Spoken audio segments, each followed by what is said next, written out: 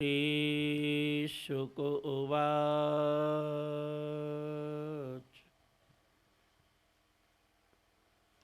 नौमीड्यते भ्रवपुषे तडिदम्बराय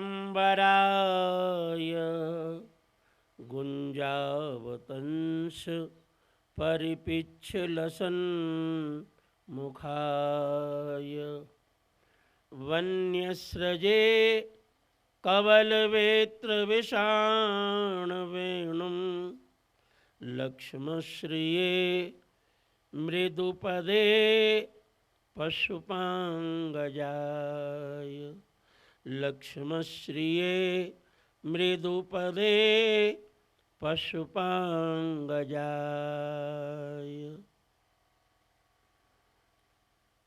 बर्हापीडं नटवरवपुः कर्णयोः कर्णिकारं बिभ्रद्वासः कनककपिशं वैजयन्तीं च मालां रन्ध्रान् वेणो रधरसुधया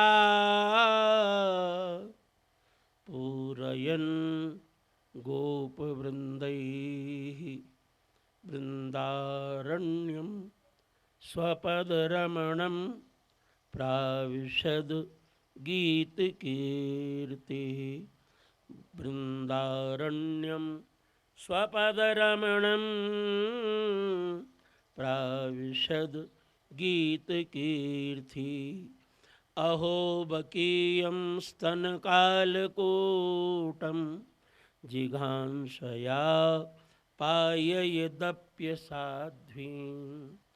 लेभे गतिं धातृचितां ततोऽन्यं कं वा दयालुं शरणं व्रजेम किं वा दयालुं शरणं व्रजेम। परमहंस परम वितरागी परमहंस शिरोमणि गुरुनाम गुरु श्री सुखदेव जी महाराज राजा परीक्षित को सावधान करते। सुखदेव जी वर्णन करते, राजन, जब जीवन भक्तिमय होता है, जब जीवन में भगवान की कोई किरण आती है, जब जीवन में भगवान की कोई प्रकाश प्राप्ति होती है, उसमें विघ्न भी बहुत आते हैं। ये नियम है संसार का। और जिस दिन से भगवान की भक्ति करना शुरू करो, उसी दिन उसी तारीख में ये भी लिखो, आज से मैंने भगवान की भक्ति करना शुरू किया है। तो आज से सब विघ्नों से सामना भी करना पड़ेगा। ये नियम है सृष्टि का। बंधुओं, हम आपसे पूछें, बताओ, किसान खेत में गेहूं बोता है, पर घास अपने आप उगती है और ज़्यादा ज़्यादा उगती है। किसान यदि घास से डर जाए कि अरे बाबा, मैंने तो गेहूं बोया था और घास हो गई, यदि किसान घास से डर जाए, तब तो गेहूं की खेती कभी होगी ही नहीं। किसान घास को उखाड़ उखाड़ के फेंकता है और गेहूं की खेती करता है। इसी तरह जीवन में भगवान की भक्ति रूपी खेती, घास जैसी बाधाएं आती रहती।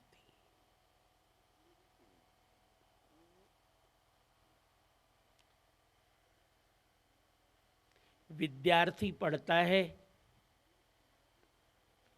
तो उसकी परीक्षाएं भी तो होती हैं, और परीक्षा में तो कड़ाई होती है, परीक्षा में कड़ाई होती है। आप सोच के देखें, विद्यार्थी पढ़ता हो और परीक्षा न हो, कैसा होगा? परीक्षा ही तो विद्यार्थी को आगे बढ़ाती है। परीक्षा ही नहीं होगी तो विद्यार्थी अगली कक्षा में कैसे जाएगा? और परीक्षा में तो कड़ाई होती है। कभी भी परीक्षाओं से डरना नहीं, परीक्षा ही व्यक्ति को आगे बढ़ाती है, और परीक्षा में तो कड़ाई होती है। और ये भी याद रखना, विद्यार्थी जितना आगे पढ़ता है, परीक्षा उतनी ही ज़्यादा कड़ी भी होती है। 1, 2, 3, 4 में विद्यार्थी पढ़ता है, तब तो अध्यापक ही परीक्षा ले लेता है। पर जब 10वीं में पढ़ता है, 12वीं में पढ़ता है, फिर तो बोर्ड की परीक्षा होती है, कड़ी परीक्षा होती है। और उसके आगे और पढ़ता है, फिर तो वाक परीक्षा होती है, जिसको आप वाइवा बोलते हो। वाक परीक्षा होती है। अर्थात जितना ज़्यादा तुम आगे बढ़ोगे भक्ति में, उतनी ही कठिन परीक्षा होगी। और बंधु, हमारे ये शब्द याद रखना, क्या? जिसके होठों पे हंसी, पैरों में छाले होंगे। समझ गए? देखो, उल्टी बात आई हुई नहीं। जिसके होठों पे हंसी, पैरों में छाले होंगे, वही प्रभु तेरे चाहने वाले होंगे। वही प्रभु तेरे चाहने वाले होंगे। जिसके होठों पे हंसी, पैरों में छाले होंगे, वही प्रभु तेरे चाहने वाले होंगे।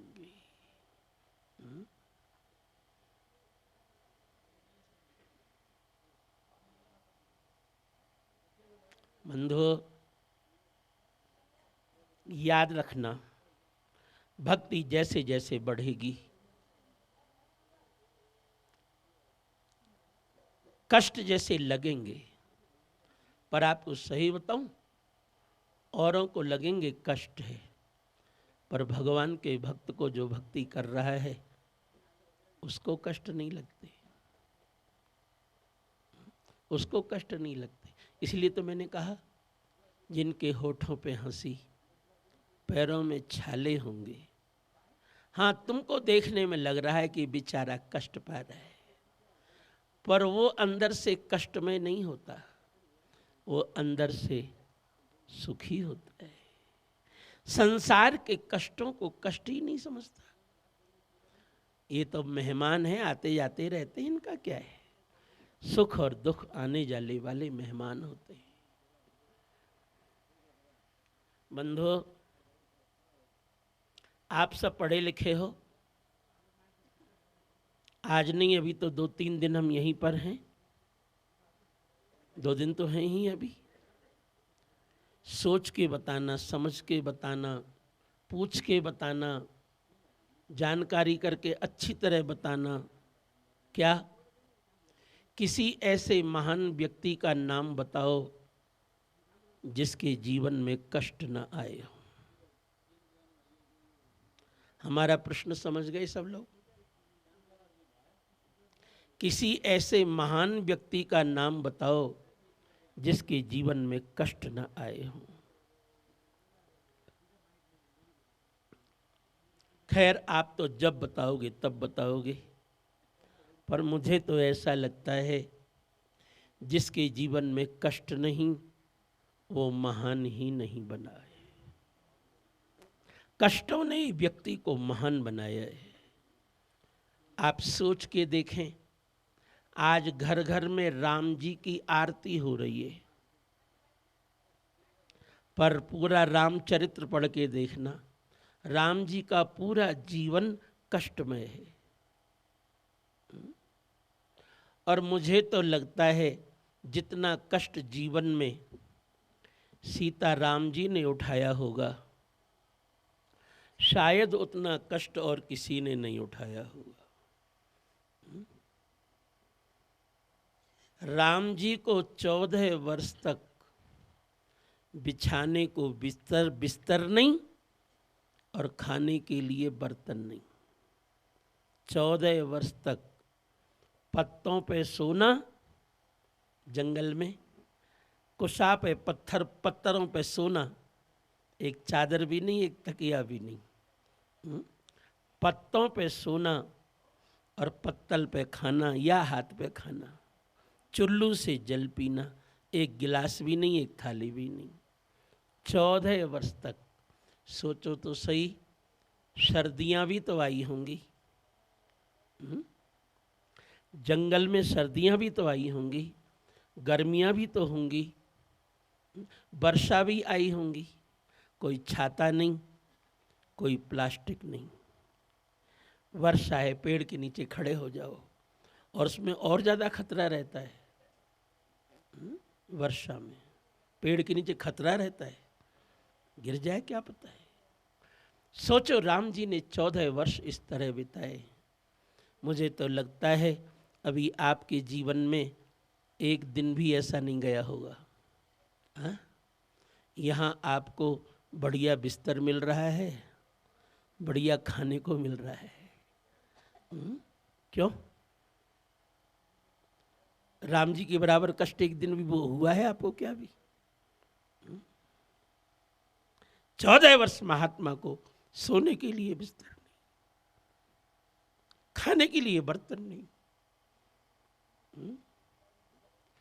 और कोई दूसरे कपड़े भी साथ में नहीं ले गए कि बदल लें।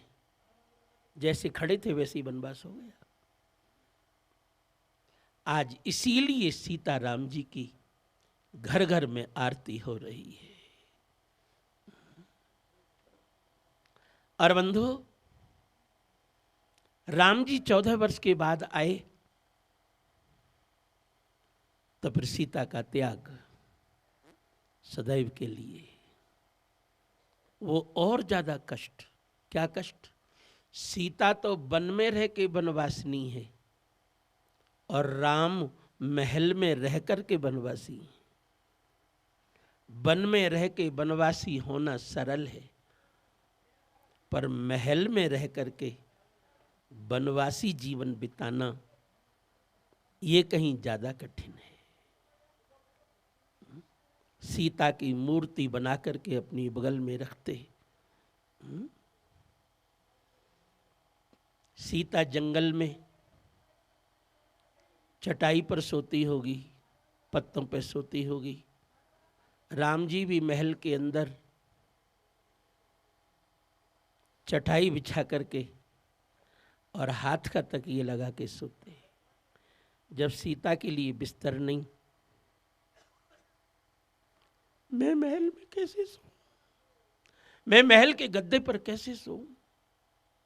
दुनिया को लगता है राम जी का बिस्तर लगा है अंदर, बढ़िया गद्दा लगा है, क्या है, पर राम जी चटाई पर सोते।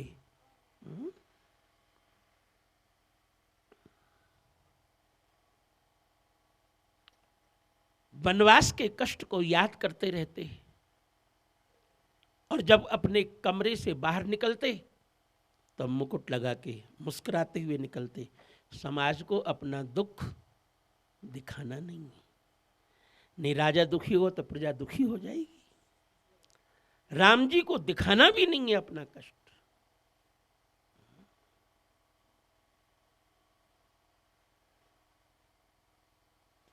बताओ कैसा कठिन जीवन होगा। समाज के सामने मुस्कुराते रहना है और कक्ष में सीता की याद करते रहना है। संसार में जितने कष्ट सीता राम जी ने उठाए होंगे शायद किसी ने उठाए होंगे। हाँ, आज सीता राम जी के मंदिर बन रहे हैं, आज सीताराम जी की आरती उतारी जा रही है, आज सीताराम जी की लोग जय बोल रहे हैं। जिसके जीवन में कष्ट नहीं, वो कभी महान नहीं बना। आज लोग मीरा के भजन गा रहे हैं, पर जब मीरा थी तब संसार ने क्या किया था? उसको जहर पिलाए, कांटों पे सुलाए, सर्पों से कटाए, और गलती क्या है मीरा की? भजन करती है, कीर्तन करती है, सत्संग करती है। पति नहीं था मीरा का, तो अपनी जीवन की शक्ति उसने भजन में लगा दी। घर वालों को सहन नहीं होता, घर वालों ने उसको बहुत कष्ट दिया, आखिर में उसको देश निकाला कर दिया, जबकि रानी थी वो अपने समय की। देश निकाला कर दिया। जीवन जब अरविंदो और मीरा ने इतना कष्ट पाया कि उसको भगवान ने कहा अब तुम संसार में रहने लायक नहीं हो। मीरा, ये संसार मरने के बाद पूजा करता है। अब मीरा के भजन गाए जा रहे हैं, मीरा तू मुझ में समा जा। संसार ने इतना कष्ट दिया उसको कि मीरा को भगवान में समाना पड़ गया। मीरा का शरीर नहीं मिला था किसी को। बिना कष्ट पाए कोई महान नहीं बनता। आप कृष्ण भगवान का जीवन देख लें, जन्म लेते ही भगे आधी रात को ही। बरसात हो रही है, बिजली कड़क रही है, रात को ही बच्चा बाहर नदी पार करेगा और सिर के ऊपर, मुख के ऊपर सर्प। बताओ, बिना कष्ट पाए व्यक्ति कोई महान नहीं बनता।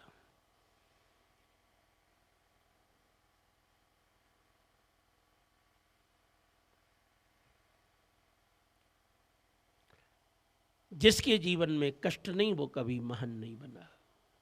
इसीलिए कष्टों से कभी भी घबराना नहीं। दूसरी बात, यदि आपको लगे कि कष्ट ज़्यादा है तो एकांत में भगवान से ही प्रार्थना करना। क्या? हे प्रभु, मैं समझ गया आपकी मेरी लड़ाई तो है नहीं कोई कि आप मुझे कष्ट दोगे। आपकी मेरी लड़ाई तो है नहीं। गोविंद, मैं समझ गया आप मेरी परीक्षा ले रहे हो कि मेरा है कि संसार का है। गोविंद, यदि आप मेरी परीक्षा ले रहे हो तो इस परीक्षा में मैं आपकी परीक्षा में उत्तीर्ण हो सकूं, ये शक्ति भी आपको ही देना है।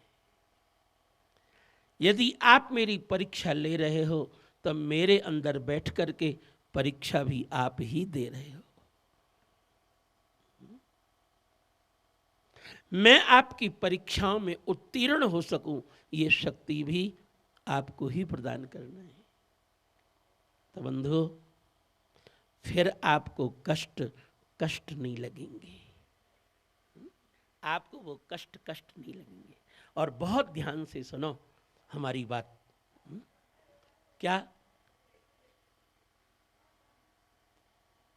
भगवान की भक्ति करने वाले, भगवान का भजन करने वाले, थोड़ा भी भगवान का जो भजन करते हैं वो संसार में कैसे रहते हैं? जैसे नारियल में सूखा गोला। नारियल में गोला रहता है, सूखा गोला, पर नारियल से अलग रहता है। साबुत की साबुत निकलता है। इसी तरह भगवान का भक्त रहता है संसार में, इनके बीच में, पर इनसे अलग रहता है। देखने में लगता है कि नारियल के अंदर है, संसार में है, पर वो संसार से अलग है। तुमको देखने में लग रहा है कि नारियल के अंदर कष्ट पर, नहीं, वो अलग है, उसको कष्ट नहीं लगता है, एकदम साबुत अलग हो जाता है। और संसारी लोग ये भी संसार में रहते हैं, पर कैसे? जैसे पानी वाला नारियल, पानी वाले नारियल में गिरी चिपकी रहती है, चक्कू से काट काट के निकालनी पड़ती है। इसी तरह ये संसार के लोग संसार में लिप्त रहते हैं, ये संसार को छोड़ नहीं सकते। और भगवान का भक्त संसार से अलग रहता है। देखने में लगता है कि संसार में है, जैसे सूखा नारियल।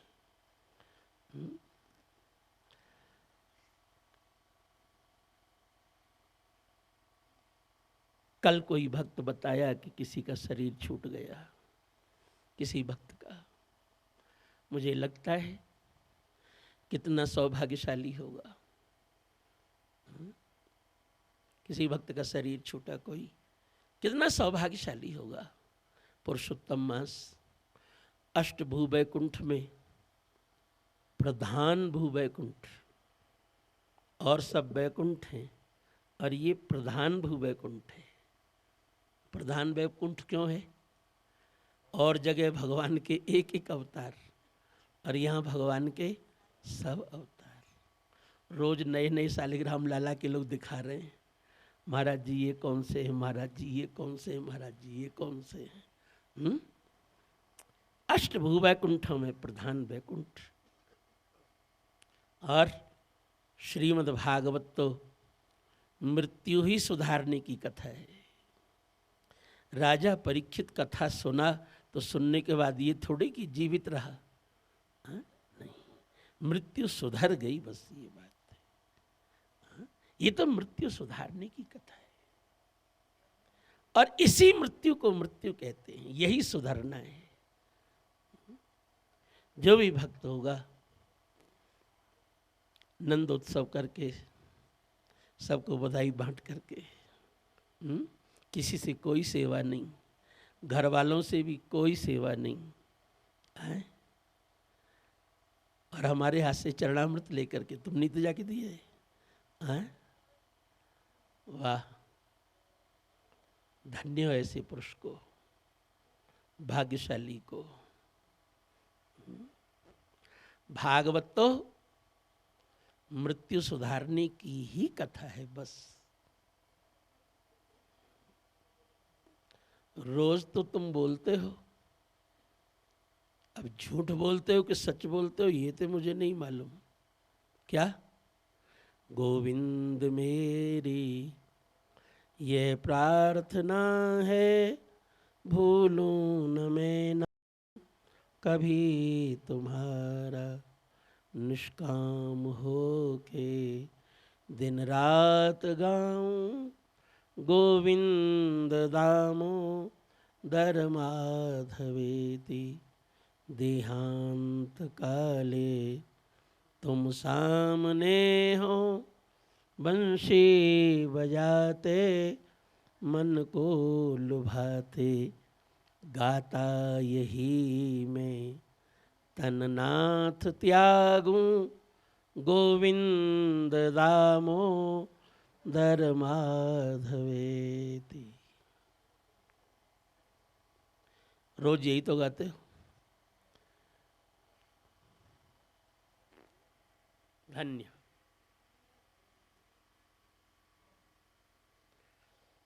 भगवान करे ऐसी मृत्यु सबको मिले। बंधु इतने लोग बताओ, सच बताओ, मरना तो जरूरी है ना कि नहीं? कि नहीं मरोगे? फिर जब सब कार्य से समापन हो गया, सब कार्य पूरा हो गया, तो फिर क्या है? यही मृत्यु है। जिस तरह जीवन में भक्ति बढ़ती है, बाधाएं भी आती हैं, और यही जीवन का सोपान है, यही जीवन का परम सत्य है। ब्रजवासियों के जीवन में जब श्री कृष्ण आए तब विघ्न भी आए। क्या विघ्न? बच्चों को मारने वाली पूतना ब्रज में आ गई। पूतना बाल घातिनी अपने वक्षस्थल के ऊपर जहर लगा रखी और बच्चों को मार देती दूध पिलाने के बहाने। आपने क्या समझा? भक्ति मार्ग में बच्चे कौन हैं? भक्ति मार्ग में बच्चे वो हैं जो अभी भक्ति में लगे हैं 1-2 साल से। वो बच्चे हैं, अभी एडमिशन है उनका। ऐसे लोगों को, जो नए भक्त हैं, उनको इन पूतनाओं से बहुत सावधान रहना चाहिए। साधकों को जो अभी भक्ति शुरू किए हैं, हाँ, जो अंत पे पहुंच गए हैं, उनके लिए तो कोई फर्क नहीं पड़ता। आप हनुमान चालीसा पढ़ते हो, साधु संत के तुम रखवारे। बताओ, साधु और संत अलग अलग क्यों बोला गया? यदि एक ही हैं तो? साधु माने जो अपने को साध रहा है, अभी वो साधु। परिपक्व नहीं है, अभी साध रहा है, धीरे धीरे साधना कर रहा है। और संत माने जो अंत पे पहुंच गया है, वो संत। अंत पे पहुंच गया, उसके लिए क्या है? जो अभी भक्ति मार्ग के नए विद्यार्थी हैं, उनको बहुत सावधान रहना चाहिए। पूतना ब्रज में आ गई और सुखदेव जी कहते, राजन, इतनी ज्यादा सजी सजाई इतनी ज्यादा सजी सजाई, लोगों ने समझा किसी बड़े घर की स्त्री है। बड़े घर की स्त्री से कौन बात करे? और वो पूरी भीड़ को पार करके, जबकि नंद महोत्सव में बड़ी भीड़ हो रही थी, और वो पूतना पूरी भीड़ को पार करके मैया यशोदा के पास पहुंच गई। मैया यशोदा ने पूतना को देखा। मैया यशोदा ने सोचा, गांव की कोई नई बहू होगी जिसको मैं अभी नहीं जानती होंगी। हमारे घर में नंद महोत्सव हो रहा है, तो ये आ गई होगी, नई बहू है। मैया यशोदा ने भी ध्यान नहीं दिया। वो पूतना धीरे से मैया यशोदा से बोली, मैया, तेरे कन्हैया को मैं खिलाऊं? मैया ने देखा पूतना को, नई वधू, कोई नई बहू बच्चा खिलाना चाहती है। मैया यशोदा ने बहुत प्रेम से कहा, तुम्हारा ही तो है। और मैया यशोदा ने श्री कृष्ण पूतना की गोदी में दे दिया। और सुखदेव जी कहते, राजन, पूतना की गोदी में आते ही श्री कृष्ण ने नेत्र बंद कर लिए। परीक्षित ने कहा, गुरुदेव, अभी तक तो नंद महोत्सव हो रहा था, श्री कृष्ण नेत्र खोले थे, अब बंद क्यों कर लिए? पूतना की गोदी में आते ही बंद क्यों कर लिए? सुखदेव जी कहते, राजन, बताऊं? भगवान कृष्ण ने सोचा, ये मुंह देखने लायक नहीं है, इसीलिए भगवान ने नेत्र बंद कर लिए। सुखदेव जी कहते, राजन, जो बाहर से कुछ और भीतर से कुछ, ऐसे लोग भगवान को अच्छे नहीं लगते। जो बाहर से कुछ और भीतर से कुछ। बाहर से तो राम नामी दुपट्टा डाले, बाहर से तो साधु का वेश बनावे और उल्टे सीधे कर्म करे। ऐसे लोग भगवान को बिल्कुल अच्छे नहीं लगते। और आपने भी सुना होगा, लोग कहते हैं ज्यादा बनो मत, भगवान के सामने ज्यादा बनो मत। और बहुत अच्छी तरह सुनो, भगवान को बुरे लोग बुरे नहीं लगते, बुरे लोग बुरे नहीं लगते। यहां तो गीध जटायु का भी आदर है। मांस खाने वाला गीध जटायु वो भी राम जी की गोदी में बैठ सकता है और राम जी की गोदी में शरीर छोड़ सकता है।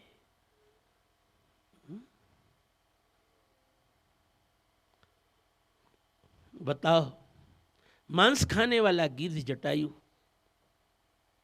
राम जी की गोदी में शरीर छोड़ रहा है। राम जी अपने हाथ से उसकी चोंच में जल डाल रहे हैं। राम जी की गोदी में शरीर छोड़ा और तत्काल भगवान के धाम को चला गया। लिखा, गीध अधम खग आमिष भोगी, गीध अधम खग आमिष भोगी, मांस खाने वाला, गति दीनी जेहि जाचत जोगी।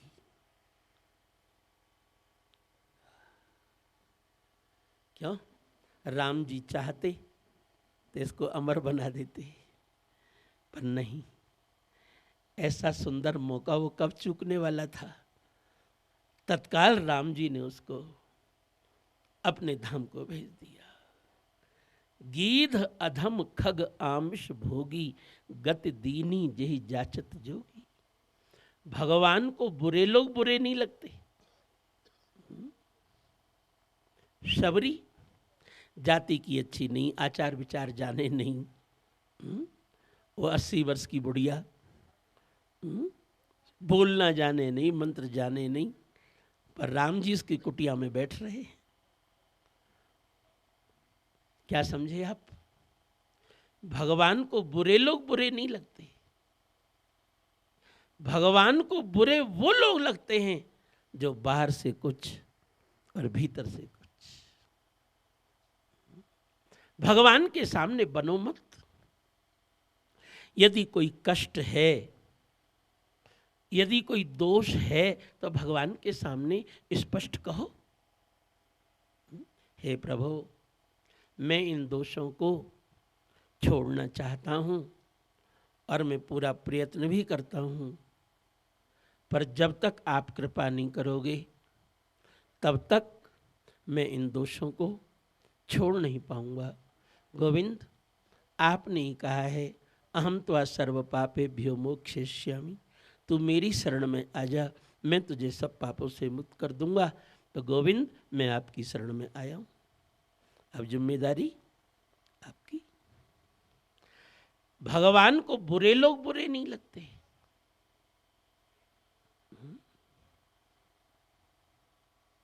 बुरे कौन लगते हैं? जो बाहर से कुछ और भीतर से कुछ।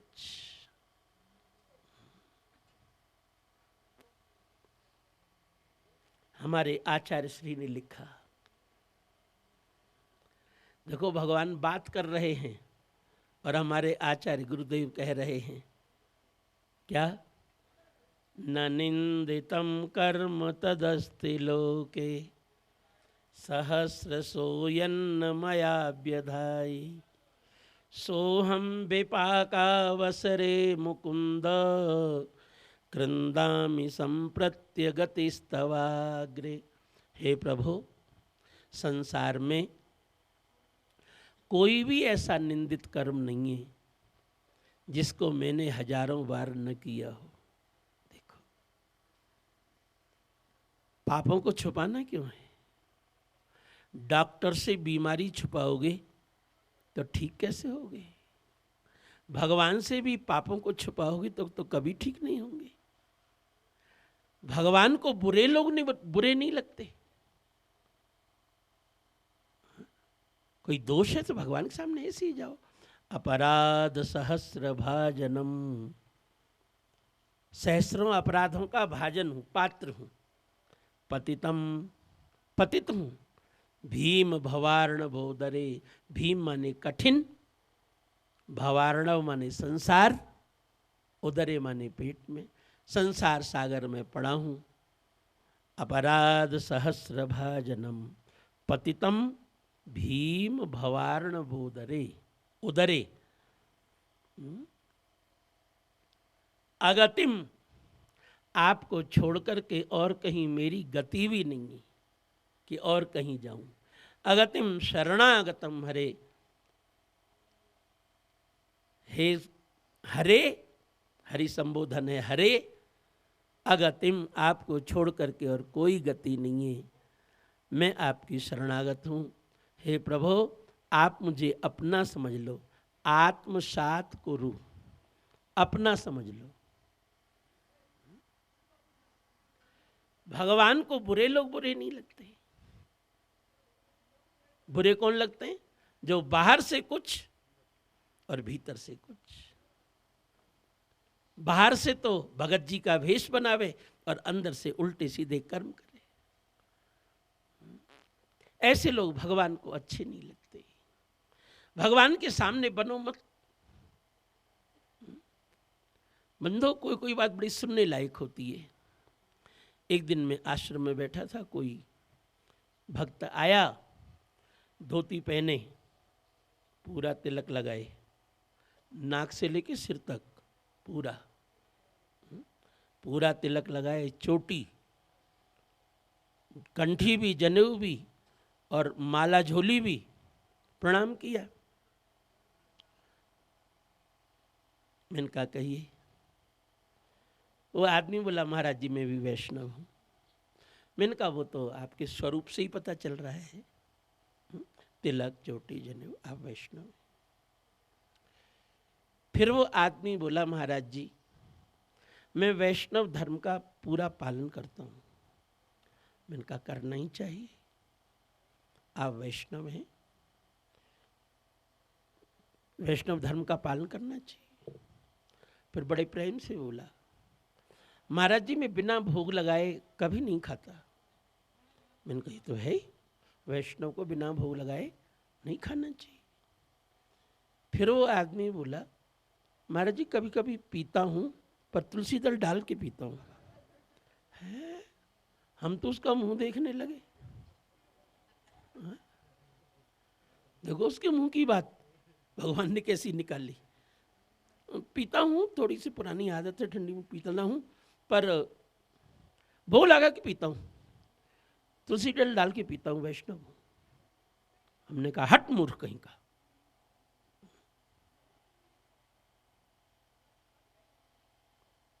कहीं भी तुलसी दल डाल दो, कहीं भी तुलसी दल डाल दो खा लोगे? गोबर में तुलसी दल डाल दो खा लोगे? कीचड़ में तुलसी दल डाल दो खा लोगे? नाली में तुलसी दल डाल दो खा लोगे क्या? ये थोड़ी कहीं भी तुलसी दल डाल दिए तो खाद्य हो गया वो।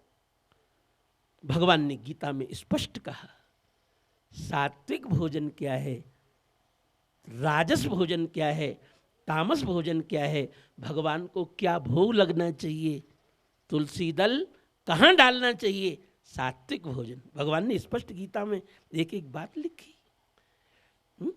ये थोड़ी कहीं भी तुलसी डाल दो तुम वैष्णव हो। और इतने बड़े महापुरुष का नाम भी ऐसे लोग बदनाम करते हैं। मैं उतने बड़े महाराज का शिष्य।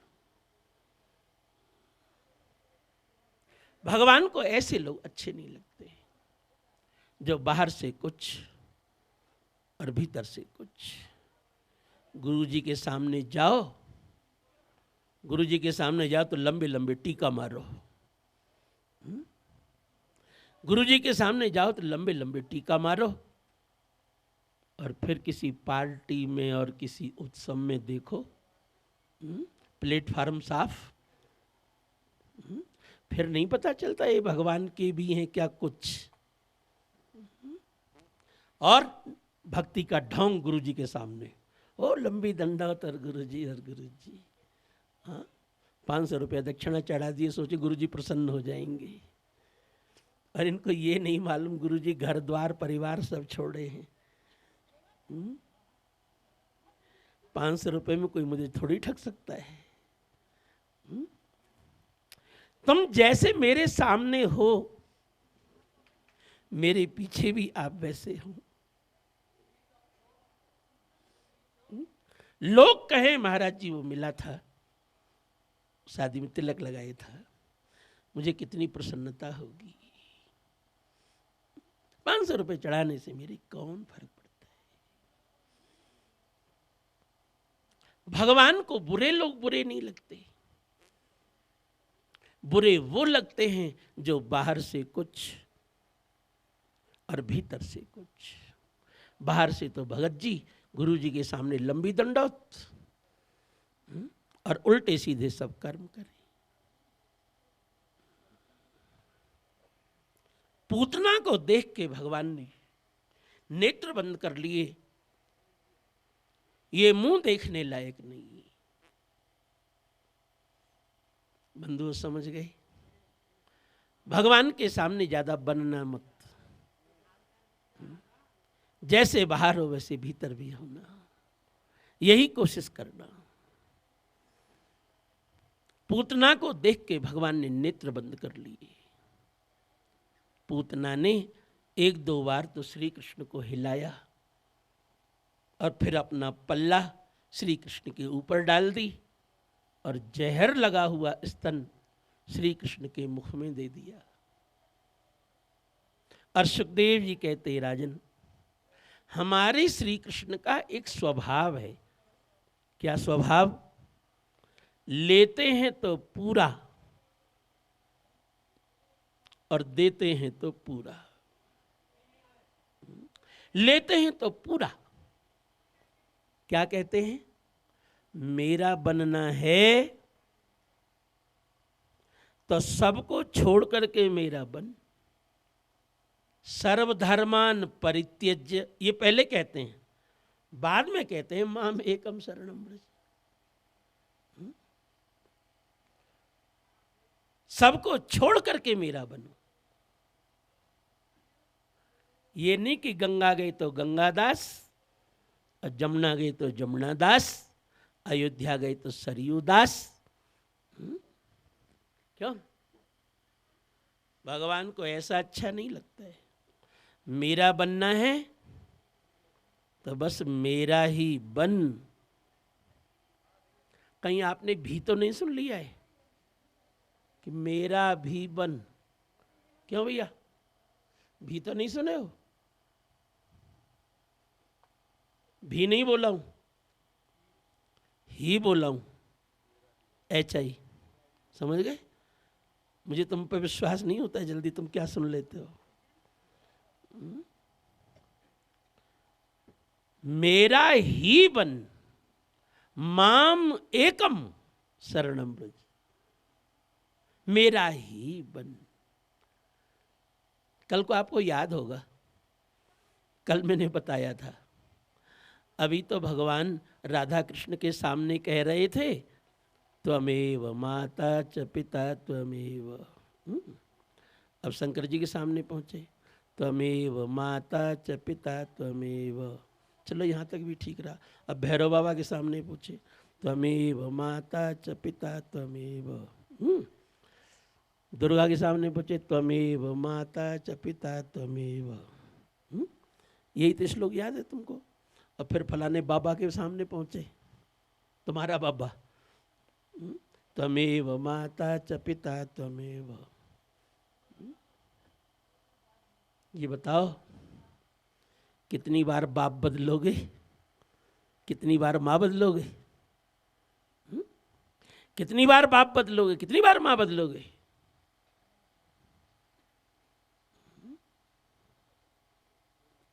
भगवान कहते हैं माम एकम शरणम व्रज,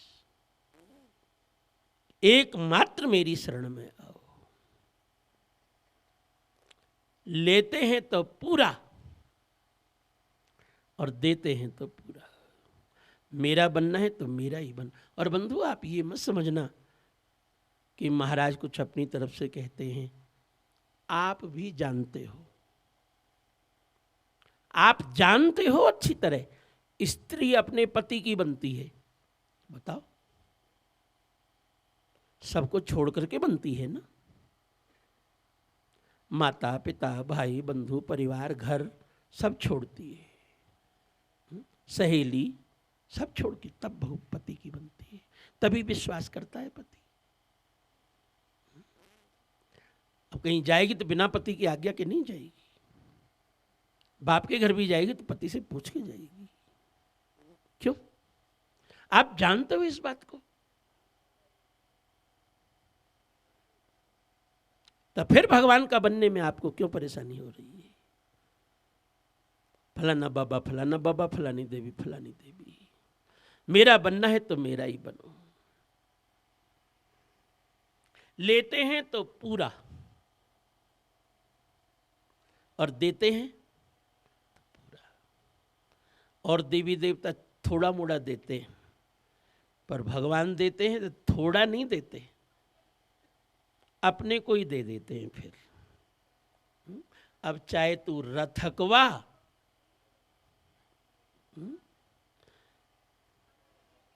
भगवान अपने को ही सौंप देते हैं। चाहे रथकवा, चाहे घोड़ों की मालिश करवा, चाहे पहरा लगवा। पहरा कहाँ दे रहे हैं? हाँ, बलेरिया दो। हम भूल जाते हैं ना महाराज जी थोड़ा, इसलिए पूछते हैं।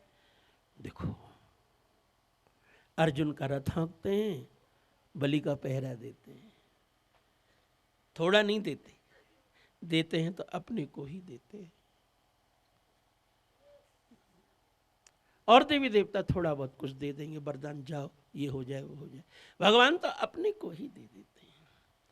ऐसा हमारे प्रभु का स्वभाव। लेते हैं तो पूरा, देते हैं तो पूरा। भगवान कृष्ण पूतना का दूध भी पीने लगे, जहर भी पीने लगे और प्राणों को भी पीने लगे। पूतना समझ गई बालक नहीं बलाए है, प्राणों को पी रहा है। अब पूतना गोदी में से धकेलती, और श्री कृष्ण छोड़ते नहीं। पूतना तो घबरा गई, इसके तो प्राण निकल रहे थे। पूतना बेचारी जितना भी पोत पात के आई थी, आटा वाटा डेंटिंग पेंटिंग करके सब बराबर हो गई। अब उसके प्राण निकल रहे। प्राण बचावे कि अपना मेकअप बचावे बेचारी। और वो तो राक्षसी हो गई, राक्षसी हो गई, आकाश में उड़ गई और छाती पर श्री कृष्ण, और आकाश में जाकर के श्री कृष्ण को गोदी में से धकेलती, छाती पर से छुड़ाती। और श्री कृष्ण बोले, पूतना ये तो संसार के लोग हैं जो पकड़ते रहते हैं और छोड़ते रहते हैं। ये तो संसार के लोग हैं। मैं तो जल्दी किसी को पकड़ता नहीं, और पकड़ता हूं तो छोड़ता नहीं। ये तो संसारियों का स्वभाव है, पकड़ते रहना और छोड़ते रहना। मैं अधूरे में नहीं छोड़ता, अब तो अपने धाम को ही ले जाके छोड़ूंगा। पूतना के प्राण तो आकाश में निकल गए। भगवान ने सोचा इसको कहां पे गिराऊं। 6 कोस लंबी और 6 कोस चौड़ी।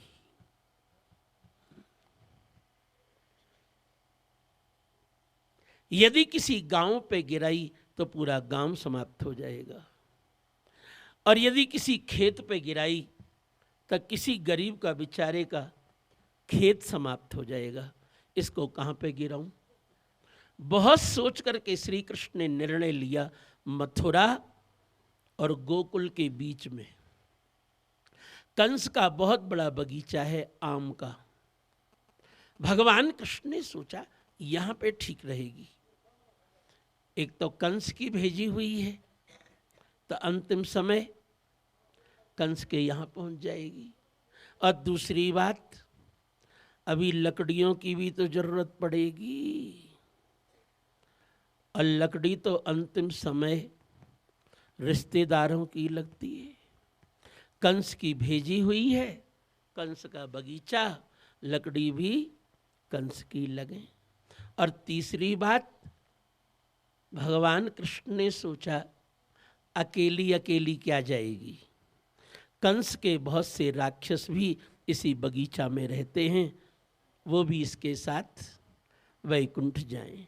भगवान कृष्ण ने पूतना को घुमाया और कंस के बगीचा पे पटका, बड़ी जोर से गिरी भाई। भगवान कृष्ण ने पूतना को कंस के बगीचा पे पटका, और भागवत में ये लिखा है चूर्णयामास, गिरी नहीं, घूम करके ऐसे गिरी, ऐसे ही गिरी कि चूर्णयामास, वृक्ष सब पिस गए, टूट नहीं गए।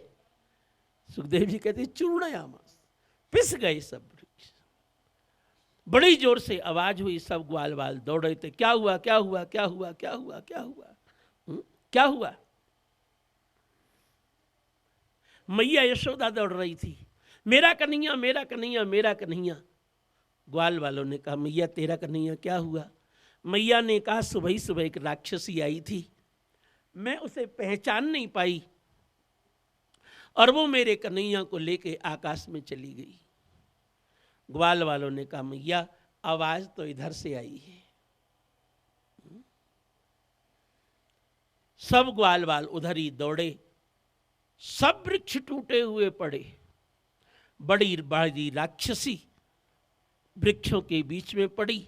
ग्वाल वाल लाठी ले करके कोच कोच के देखते, कहीं जिंदी तो नहीं है। ये तो गोविंदाय नमो नमो हो गई। मैया यशोदा ने पूतना को, इतनी बड़ी राक्षसी को देखा, और उसकी छाती पे श्री कृष्ण, मैया यशोदा ने श्री कृष्ण को अपनी गोदी में उठाया, घुमा घुमा के देखती, कहीं कुछ हो तो नहीं गया। मैया यशोदा ने ब्राह्मणों को बुलाया, ब्राह्मणों मेरे कन्हैया को मंत्रों से झाड़ दो, इसको राक्षसी ने छू दिया, अभी तो घर में हवन भी नहीं हुआ, पूजा पाठ भी नहीं हुआ, और राक्षसी ने छू दिया, कुछ हो ना जाए। ब्रजवासी ब्राह्मण बोले अरे मैया ये तो बड़ा खराब हुआ, घर में अभी हवन भी नहीं हुआ, नामकरण भी नहीं हुआ, कुआ पूजन भी नहीं हुआ, और राक्षसी ने छू दिया, जरूर कुछ हो सकता है। मैया ने कहा ब्राह्मणों मंत्रों से झाड़ दो। ब्रजवासी ब्राह्मण बोले मैया सोच ले, राक्षसी ने छुआ है, मंत्र ज्यादा बोलने पड़ेंगे। मैया समझ गई ये क्यों कह रहे हैं, मंत्र ज्यादा बोलने पड़ेंगे। मैया ने कहा पंडित जी खूब दक्षिणा दूंगी, आप सब मंत्र बोल डालो। ब्राह्मण गाय की पूंछ से श्री कृष्ण को झाड़ते, और मैया को सुना सुना करके मंत्र बोलते, ओम केशवाय नमः, ओम नारायणाय नमः, ओम माधवाय नमः, ओम गोविंदाय नमः, ओम विष्णवे नमः, ओम मधुसूदनाय नमः, ओम त्रिविक्रमाय नमः, ओम वामनाय नमः, ओम श्रीधराय नमः, ओम ऋषिकेशाय नमः, ओम पद्मनाभाय नमः। वाह, हमको प्रसन्नता है, हमारे छोटे छोटे बच्चे भी भगवान के इतने नाम याद रखें। कम से कम भगवान का तुलसी फूल इन नामों से चढ़ा दिया करो। हर वैष्णव को इतने नाम जरूर याद होना चाहिए। वैसे तो 108 नाम है, पर मान लो चलो 108 नाम याद नहीं है तो कुछ न मिले तो सत्तू ही खाए, अरे भूखे क्यों मरे। तो वैष्णव को 12 नाम जरूर याद होना चाहिए, उसके बिना वैष्णव है ही नहीं। वो तिलक लगाते समय 12 नाम बोलना चाहिए, तो बस 12 जगह तिलक हो जाता है, नाम बोलने से ही हो जाता है। केशवाय नमः, नारायणाय नमः, माधवाय नमः, ओम गोविंदाय नमः, ओम विष्णवे नमः, ओम मसूदनाय नमः, ओम त्रिविक्रमाय नमः, वामनाय नमः, श्रीधराय नमः, ओम ऋषिकेशाय नमः, पद्मनाभाय नमः, ओम दामोदराय नमः। ठीक है, इतना जरूर याद रखना। और जब श्री लगाते हो लाल वाली तो लक्ष्मी जी के 12 नाम, हम लोग श्री संप्रदाय के हैं, श्री जी से हैं, तो वहीं से शुरू होना चाहिए। श्रीयै नमः, अमृतोदभायै नमः, ओम कमलायै नमः, ओम चंद्र सहोदर्यै नमः, ओम विष्णुपत्न्यै नमः, ओम वैष्णव्यै नमः, ओम वरारोहाय नमः, ओम हरिवल्लभायै नमः, ओम सार्गिण्यै नमः, ओम देवदेवकायै नमः, ओम लोक सौंदर्यै नमः, ओम महालक्ष्मी नमः।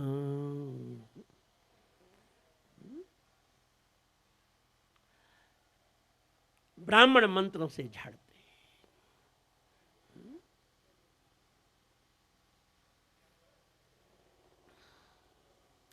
और जब ब्राह्मण मंत्रों से झाड़ रहे तो श्री कृष्ण को भी हंसी आ गई। छोटा सा श्री कृष्ण हंसने लगा। परीक्षित ने कहा, गुरुदेव श्री कृष्ण क्यों हंसे? सुखदेव जी कहते, राजन श्री कृष्ण ने सोचा, बताओ मेरे ही नामों से मुझे ही झाड़ा लग रहा है। केशवाय नमः, नारायणाय नमः, माधवाय नमः, गोविंदाय नमः। अब ब्राह्मण बेचारे नए मंत्र भी लामे तो कहाँ से लामे? यही मंत्र तो हैं। अरे ब्राह्मण वैष्णव हो चाहे न हो, पर जब पूजा कराने आता है तो आचमन कराता है, इतना तो याद रखता ही है। ओम केशवाय नमः, नारायणाय नमः, माधवाय। भले वैष्णव नहीं है बेचारा। गोविंदाय नमः। ये बात भगवान ने सोचा, चलो ब्राह्मणों का काम चले, कोई फर्क नहीं पड़ता। सुखदेव जी कहते, राजन ग्वाल वालों ने कहा, कहाँ ले जाएं इस राक्षसी को? यहीं पे आग लगाओ। पूतना के शरीर में आग लगाई गई। और सुखदेव जी कहते, राजन पूतना के शरीर में चंदन की सुगंधी उठती जलते समय। परीक्षित ने कहा, गुरुदेव ये तो राक्षसी थी, इसके शरीर से तो बदबू आना चाहिए, मांस खाने वाली, और इसके शरीर से तो बदबू आना चाहिए। सुखदेव जी ने कहा, राजन पूतना भले ही राक्षसी हो, पर श्री कृष्ण तो भगवान है। भगवान ने सोचा, जैसी भी हो मेरे पास आ तो गई, जैसी भी हो, इसने पाप किए हों पर मेरे पास आ तो गई। अंधेरा कब तक है? जब तक कि दीपक के पास में नहीं आते। दीपक के पास में आते ही अंधेरा नष्ट हो जाता है। इसी तरह श्री कृष्ण की शरण में आते ही सब पाप नष्ट हो जाते हैं।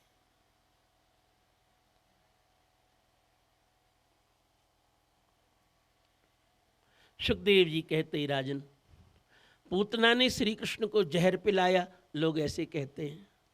सुखदेव जी कहते, राजन कौन खास बात है? जिसके पास जो चीज होगी वो वही तो चढ़ाएगा। किसी के पास फल हैं तो फल चढ़ाएगा, किसी के पास पैसे हैं तो पैसे चढ़ाएगा, किसी के पास वस्त्र है तो वस्त्र चढ़ाएगा, और किसी के पास कुछ नहीं है तो वो क्या चढ़ाएगा? पूतना के पास जो था वो चढ़ा दिया। कोई फल चढ़ाता है, कोई फूल चढ़ाता है, कोई नियम थोड़ी कि यही चीज चढ़ाई जाए। पूतना के पास जो था सो चढ़ा दिया। पूतना के पास जहर था, जहर ही चढ़ा दिया। और ये तो आप भी जानते हो, जो रुपया बाजार में कहीं नहीं चलता वो भगवान के यहाँ बहुत प्रेम से चलता है। जो सिक्का बाजार में कोई नहीं लेता वो सिक्का भगवान के यहाँ आरती में बहुत प्रेम से चलता है। इस खोटे सिक्के को सबने तो ठुकराया, और इस खोटे सिक्के को भगवान भी ठुकरा देंगे तो खोटा सिक्का कहां जाएगा। पूतना के पास जो था सो उसने चढ़ा दिया। और बंधुओं बहुत अच्छी तरह सुनो, भगवान कृष्ण ने पूतना का जहर थूका नहीं, पान कर गए। आपके पास भी चढ़ाने को कुछ नहीं है तो भगवान के सामने प्रणाम करना और कहना, गोविंद मैंने तो जीवन भर पापी पाप कमाए हैं, ये पाप की गठरी मैं आपके चरणों में भेंट करती हूँ। और मैंने कथा में सुना है कि आपने पूतना के जहर को थूका नहीं था, तो आप मेरे पापों को उपहार समझ लें और मुझे भी अपने चरणों में कहीं जगह दे दें। लेभे गतिम धात्री उचिताम। सुखदेव जी कहते पूतना के शरीर में इसीलिए चंदन की सुगंधी आ रही थी, जो मैया यशोदा करती है वही पूतना ने किया। भगवान ने पूतना को वही गति दी जो यशोदा मैया को दी। और सुखदेव जी कहते राजन, ऐसा दयालु परमात्मा कि जहर देने वाली को भी अमृत दे, मोक्ष दे। जहां यशोदा गई वहीं पूतना भी गई मरने के बाद। ऐसे दयालु श्री कृष्ण की शरण में लोग क्यों नहीं जाते। कम वा दयालुम शरणम ब्रजेम। ऐसे दयालु परमात्मा श्री कृष्ण की शरण में क्यों नहीं जाते। सुखदेव जी कहते राजन, भगवान कृष्ण ने पूतना का उद्धार किया और जब से श्री कृष्ण का जन्म हुआ है, हर महीने रोहिणी नक्षत्र में मैया उत्सव मनाती है। हर महीने नंद महोत्सव होता है। सुखदेव जी कहते राजन, पूतना का वध करने के बाद श्री कृष्ण भी थोड़ा सा विश्राम कर लें, तब तक हमारी नाम संकीर्तन। सब सुने, सब बोले।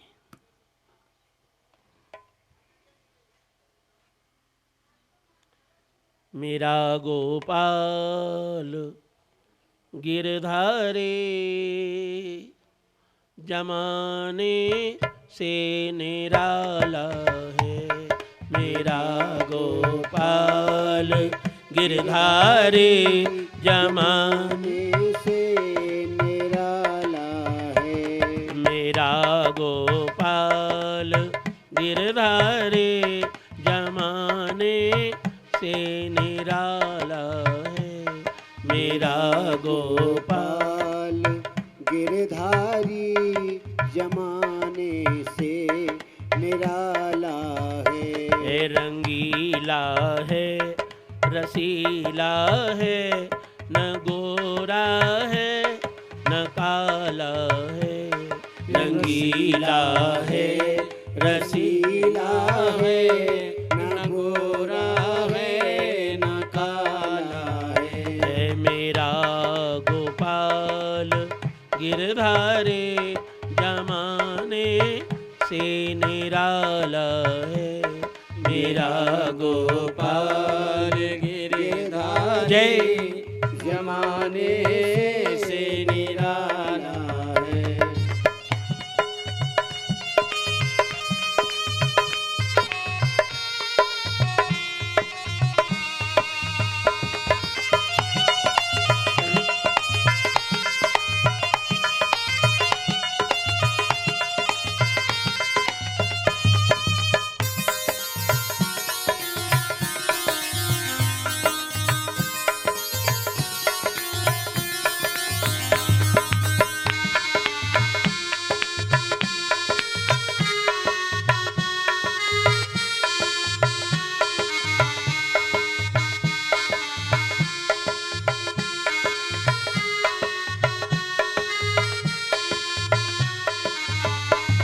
कभी वो रूठ जाता है, कभी वो मुस्कुराता है।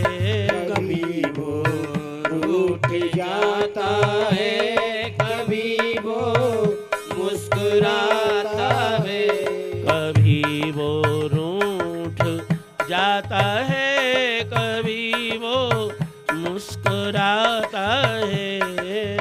कभी वो रूठ जाता है, कभी वो मुस्कुराता है।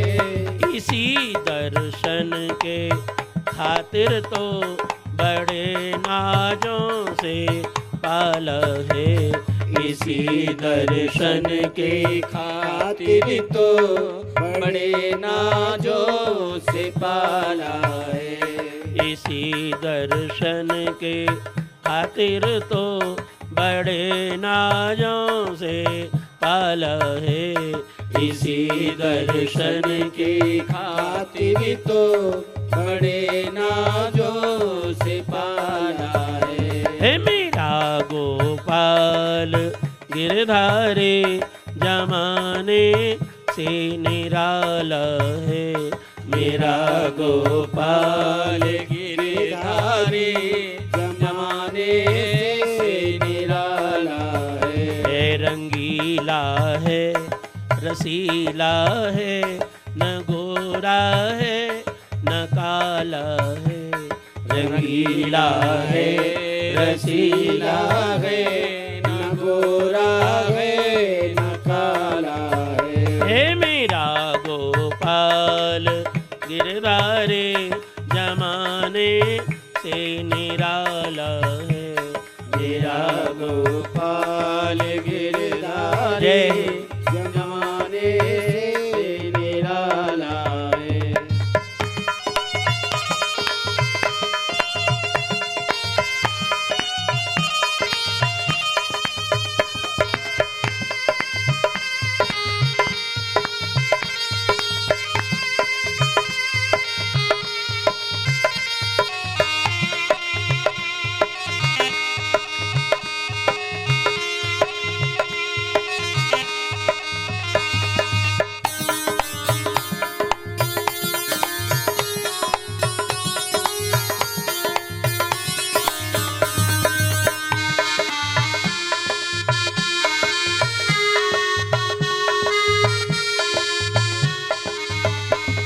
तुम्हें मैं भूल तो जाऊं मगर भूले नहीं बनता। तुम्हें मैं भूल तो जाऊं मगर भूले नहीं बनता। तुम्हें मैं भूल तो जाऊं मगर भूले नहीं बनता। तुम्हें मैं भूल तो जाऊं मगर भूले नहीं बनता। तुम्हारी सांवरी सूरत ने कुछ जादू सा डाला है। तुम्हारी सांवरी सूरत ने कुछ जादू सा डाला है। तुम्हारी सांवरी सूरत ने कुछ जादू सा डाला है।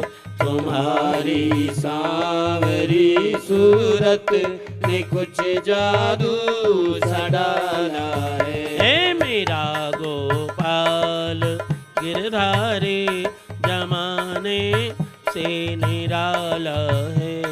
मेरा गोपाल गिरधारी जमाने से निराला है। रंगीला है, रसीला है, न गोरा है न काला है। रंगीला है, रसीला है, न गोरा है न काला है। मेरा गोपाल गिरधारी जमाने से निराला है। मेरा गोपाल गिरधारी जमाने से निराला है।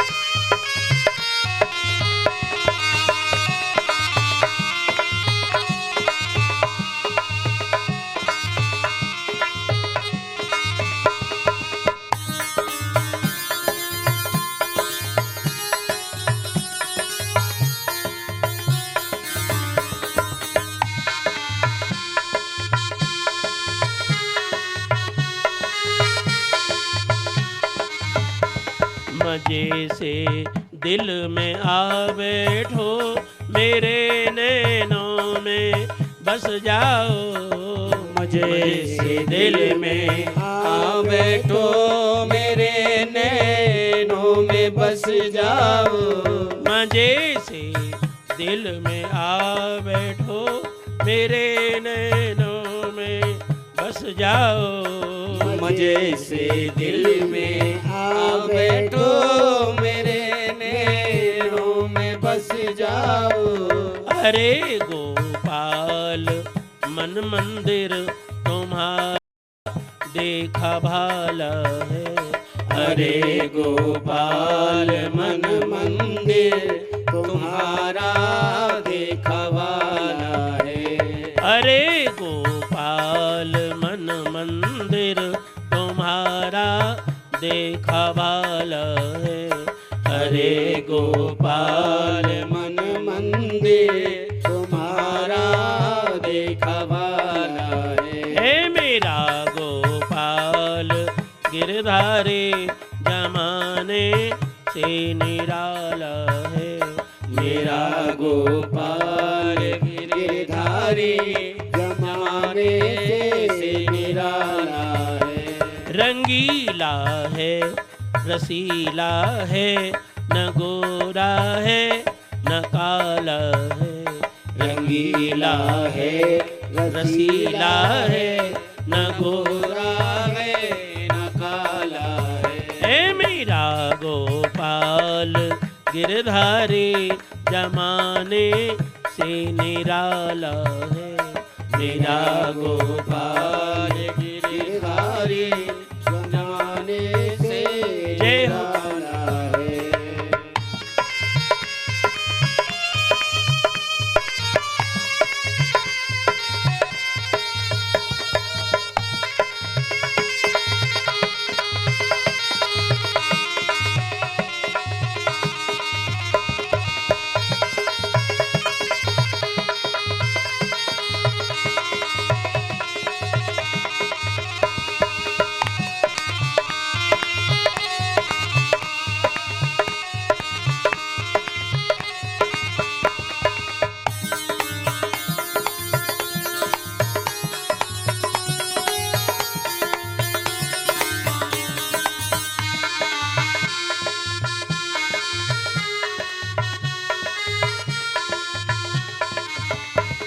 कभी उखल में बंध जाना, कभी ग्वालों में जा खेले।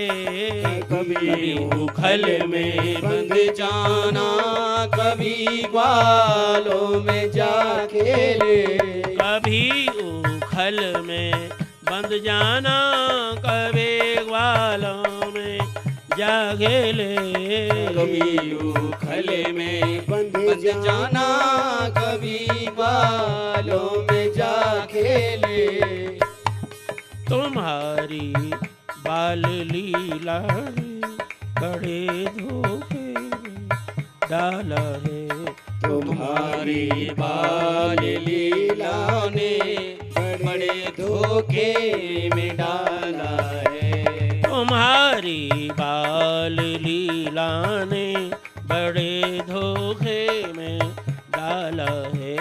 तुम्हारी बाल लीला ने बड़े धोखे में डाला है।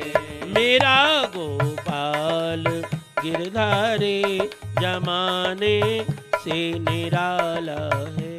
मेरा गोपाल गिरधारी जमाने से निराला है। रंगीला है रसीला है, न गोरा है न काला है। रंगीला है रसीला है, न गोरा है न काला है। हे मेरा गोपाल गिरधारी जमाने से निराला है। मेरा गोपाल गिरधारी जय जमाने से निराला है।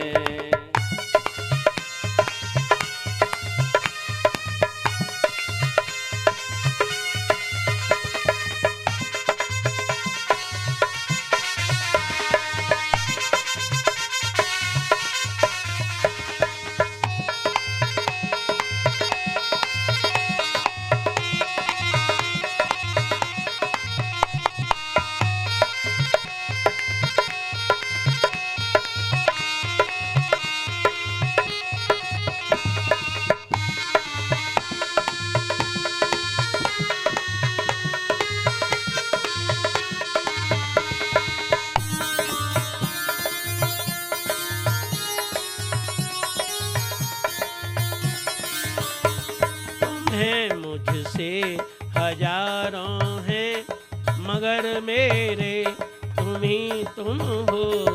तुम्ही मुझसे हजारों हैं, मगर मेरे तुम्ही तुम हो। तुम्हें मुझसे हजारों हैं, मगर मेरे तुम ही तुम हो। तुम्ही मुझसे हजारों हैं, मगर मेरे तुम ही तुम हो। तुम ही सोचो हमारी और कौन सुनने ही वाला है। तुम ही सोचो हमारी और कौन सुनने ही वाला है। तुम ही सोचो हमारी और कौन सुनने ही वाला है। तुम ही सोचो हमारी और कौन सुनने ही वाला है। हे मेरा गोपाल गिरधारी जमाने से निराला है। मेरा गोपाल गिरधारी जमाने से निराला है। रंगीला है रसीला है, न गोरा है न काला है। रंगीला है रसीला है, न गोरा है न काला है। हे मेरा गोपाल गिरधारी जमाने से निराला है। मेरा गोपाल गिरधारी जमाने से निराला है। हरे राम हरे राम हरे राम हरे राम हरे राम हरे राम हरे राम हरे राम। हरे कृष्णा हरे कृष्णा हरे कृष्णा हरे कृष्णा हरे कृष्णा हरे कृष्णा हरे कृष्णा हरे कृष्णा। हरे राम हरे राम हरे राम हरे राम हरे राम हरे राम हरे राम हरे राम। हरे कृष्णा हरे कृष्णा हरे कृष्णा हरे कृष्णा हरे कृष्णा हरे कृष्णा हरे कृष्णा हरे कृष्णा। सुखदेव जी वर्णन करते राजन, भगवान के हर अवतार का कोई न कोई प्रयोजन होता है। बिना काम के तो कोई भी कहीं आता जाता नहीं। आप यहाँ आए हैं, किसी काम से आए हैं। मैं भी यहाँ आया हूँ, किसी काम से आया हूँ। भगवान भी बैकुंठ छोड़ के धरती पे आएंगे तो किसी काम से आते होंगे। भगवान श्री कृष्ण का अवतार अपने भक्तों को कुछ ज्ञान कराने के लिए हुआ है। क्या ज्ञान कराने के लिए? फालतू भटको मत। सबसे बड़ा तत्व मैं हूं। तुम अपना समय क्यों खराब कर रहे हो? अल्पायु थोड़ा सा समय और आप समय खराब कर रहे हो। सबसे बड़ा तत्व मैं हूं। भगवान ने कहा रुद्रों में शंकर भी मैं हूं। सुबह गोपाल जी को नहवाते हो, हे गोपाल जी, आपने गीता में कहा है कि शंकर भी मैं हूं। एक लोटा तुम्हारे नाम का और एक लोटा शंकर जी का। अब कहाँ कहाँ जाऊंगा जगह जगह? हाँ बताओ। जब एक ही सामान सब जगह मिल रहा हो और अच्छा मिल रहा हो और सस्ता मिल रहा हो, झंझट भी नहीं, क्यों? तो फिर भटकने की क्या जरूरत है? एक दिन एक माई आई, बोले महाराज जी। मैंने कहा क्या है? महाराज जी एक थाली तो कृष्ण भगवान की लगाती हूँ भोजन वाली, मैंने कहा तो, और महाराज जी एक थाली राधा जी की लगाती हूँ। मैंने कहा फिर माई? महाराज जी आपका भी चित्र रखा है, एक थाली आपकी लगाती हूँ। माई और हनुमान जी भी रखे हैं, एक हनुमान जी की लगाती हूँ। मैंने कहा और माई? महाराज जी दुर्गा भी रखी हूँ, एक थाली दुर्गा जी की भी रखकर लगाती हूँ।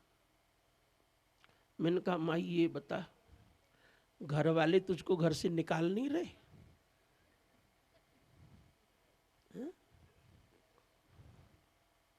तुझको भी घर से निकाले नहीं? ये पागलपना नहीं तो क्या है? अभी तो तू 5-6 थाली बताई, और कल श्री कृष्ण के साथ रुक्मणी भी आ गई तो 7, सत्यभामी आते 8, और 8 गोपियां आ गई तो 16। ये पागलपना नहीं तो क्या है? मूर्खता नहीं तो क्या है? मैंने कहा माई तू गीता पढ़ती है और तुझे फिर भी ज्ञान नहीं? भगवान कृष्ण कह रहे हैं रुद्रों में शंकर भी मैं ही हूँ, नदियों में गंगा भी मैं ही हूँ, अक्षरों में आकार भी मैं ही हूँ, धनुर्धारियों में राम भी मैं ही हूँ, आदित्यों में विष्णु भी मैं ही हूँ। मुझसे अलग दूसरी कोई सत्ता है ही नहीं। जो श्री कृष्ण की पूजा कर लिया वो सबकी पूजा कर लिया, जो श्री कृष्ण को भोग लगा दिया सब देवताओं को लगा दिया। अब ये पागलपना नहीं करना, उनकी थाली तो उनकी थाली तो उनकी थाली। ठीक है महाराज जी किसी की नहीं लगाऊंगी, आपकी तो एक लगा दूं अलग। मैंने कहा माई चिंता मत कर, मैं वहीं तो बैठा हूं, जब भगवान जी खा लेंगे मैं भी उसी में खा लूंगा, अलग से लगाने की जरूरत नहीं है। हाँ? देखो उसकी भावना तो है ही, बेचारी की भावना का सम्मान है उसका। मैंने कहा माँ जो भगवान की लगाएगी ना मैं बैठा हूं, जब भगवान खा लेंगे मैं प्रसाद ले लूंगा, अलग से जानगन की जरूरत नहीं है। कितने सीधे भक्त होते हैं, कितने भोले भक्त होते हैं। देखो उसकी भक्ति में तो कमी नहीं है, ये तो कहना पड़ेगा, पर भोली है बेचारी, सीधी है।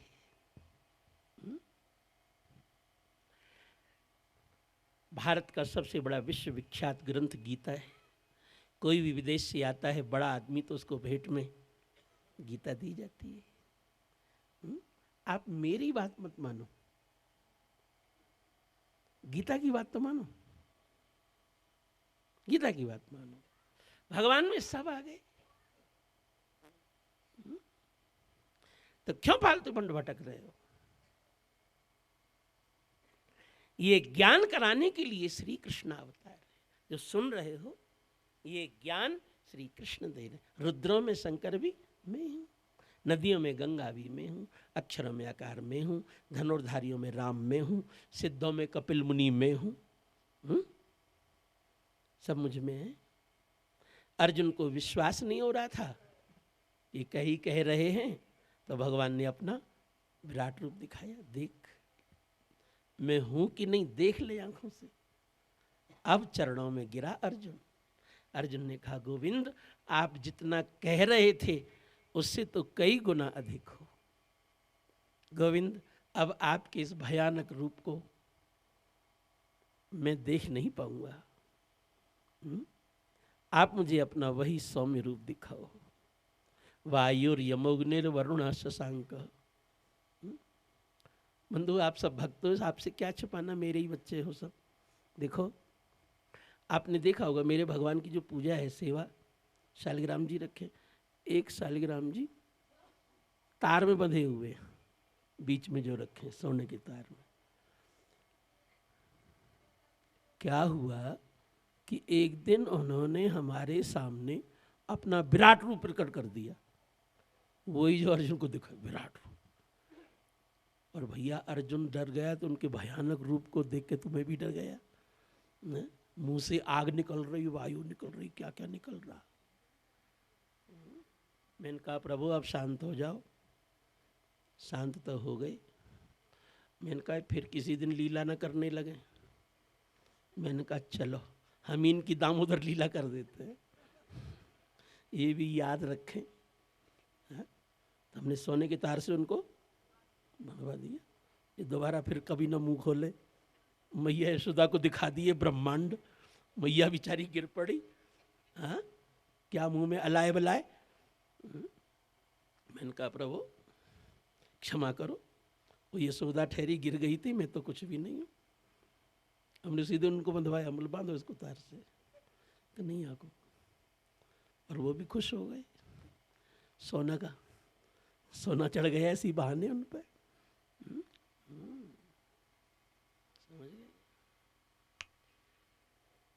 बंधुओं, इस बात को समझ लो।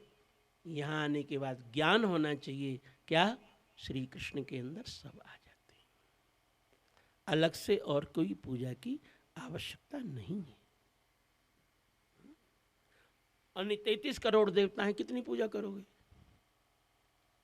घर वाले भी तुमसे परेशान हो जाएंगे। फिर आके हम ही से कहेंगे महाराज समझाओ अपनी भक्ता को। बताओ भैया, पागलपना नहीं, श्री कृष्ण में ही सब आ जाते हैं। कोई भी हम किसी पूजा को छुड़ा नहीं रहे। हम ये थोड़ी कह रहे हैं दुर्गा की पूजा मत करो कि भैरव की पूजा करो मत करो, हम ये तो नहीं कह रहे।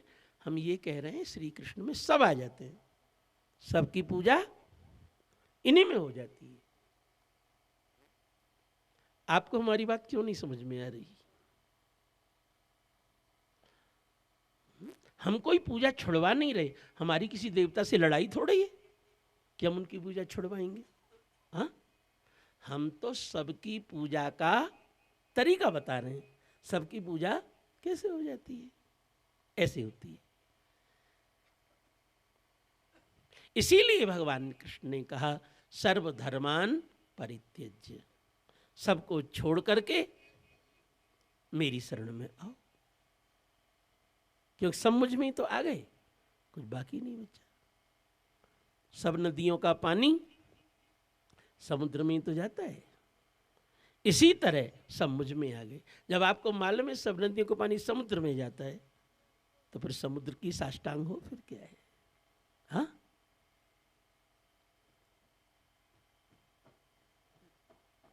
और नहीं तो कितनी नदियां ढूंढोगे। हाँ, मालूम है सब नदियां समुद्र में जा रही हैं, बस हो गया।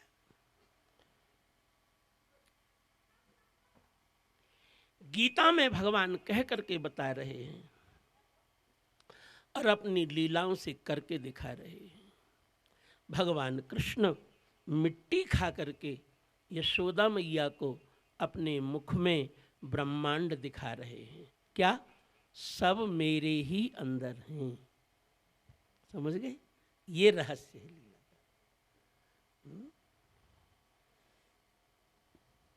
और नहीं तो कहो तो पंडितों की तरह मैं भी रसिया गा के सुनाऊं।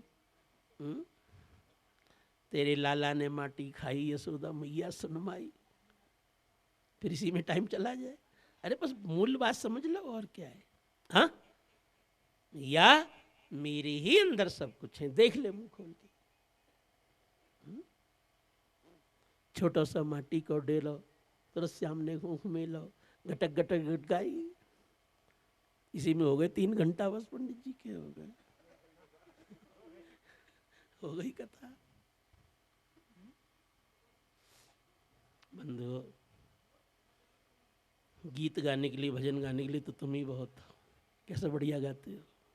हाँ, तो यहाँ आए तो कुछ और सुनो।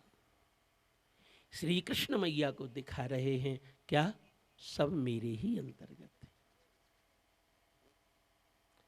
जल के अंदर काली नाग को नाथ करके श्री कृष्ण ये ज्ञान करा रहे हैं, जल का स्वामी मैं हूं, इसलिए मेरा नाम नारायण। जल में मैं ही रहता हूं। एक बार ब्रज में आग लग गई थी, श्री कृष्ण ने अग्नि का पान कर लिया, अर्थात मेरे मुख से ही अग्नि निकले, मुखाद अग्निरजायत।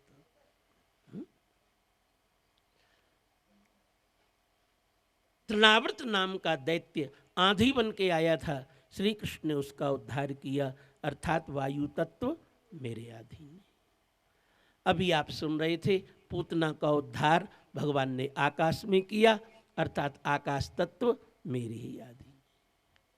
पृथ्वी जल तेज वायु आकाश सब तत्व मेरे अधीन है। ये पंच तत्व बोले जाते हैं प्रकृति के, और प्रकृति मेरे अधीन है। प्रकृति मेरे अधीन है, किसी के अधीन नहीं। मैं प्रकृति का स्वामी हूं। भगवान गीता में ये ज्ञान करा रहे हैं, लीलाओं से करके दिखा रहे हैं।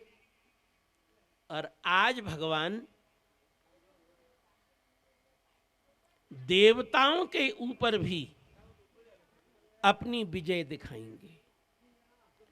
लोग समझते हैं देवता माने भगवान, आज इस भ्रम को भी दूर करेंगे। आज भगवान ब्रह्मा जी का भी मान मर्दन करेंगे। सब देवताओं में सबसे प्रधान है ब्रह्मा, सबसे पहले हैं, तो आज भगवान ब्रह्मा का भी मान मर्दन करेंगे। ब्रह्मा के बाद किसी का नंबर है तो शंकर जी का। अरे पहले तो सृष्टि करने वाले, तब ना प्रलय होगी। आज भगवान शंकर जी को भी गोपी बना के नचाएंगे। ब्रह्मा शंकर, ब्रह्मा और शंकर जी के बाद में किसी का स्थान है तो इंद्र का। 33 करोड़ देवताओं का राजा है। आज भगवान गोवर्धन लीला में इंद्र का भी मान मर्दन करेंगे, और रास लीला में कामदेव का मान मर्दन करेंगे। जितने मोटे मोटे देवता हैं, कृष्णा अवतार में भगवान ने सबको सीधा किया है, ठीक किया है। आपको मालूम है किसी बर्तन में आलू उबल रहे हों तो छोटे आलू नहीं देखे जाते,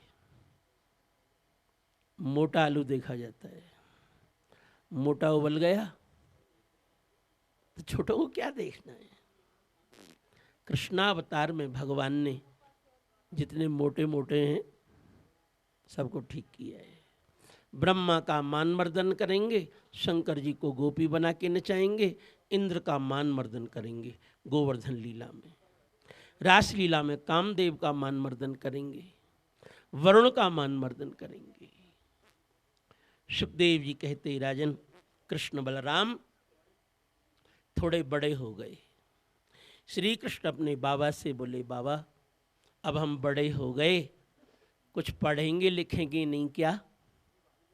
सुखदेव जी कहते राजन, ये ब्रजवासी गाय बछड़ा चराने को ही पढ़ना लिखना कहते हैं।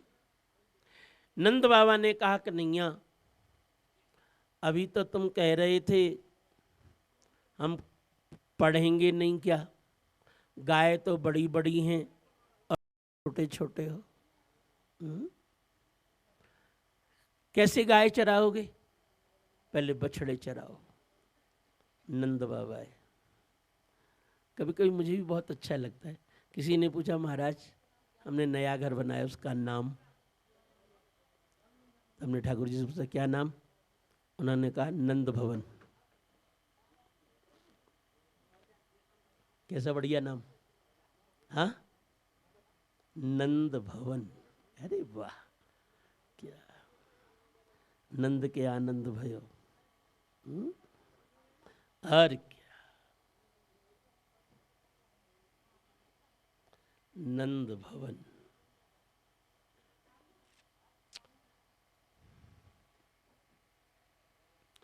नंद बाबा ने कहा कन्हैया पहले बछड़े चराओ, बाद में गाय चराना।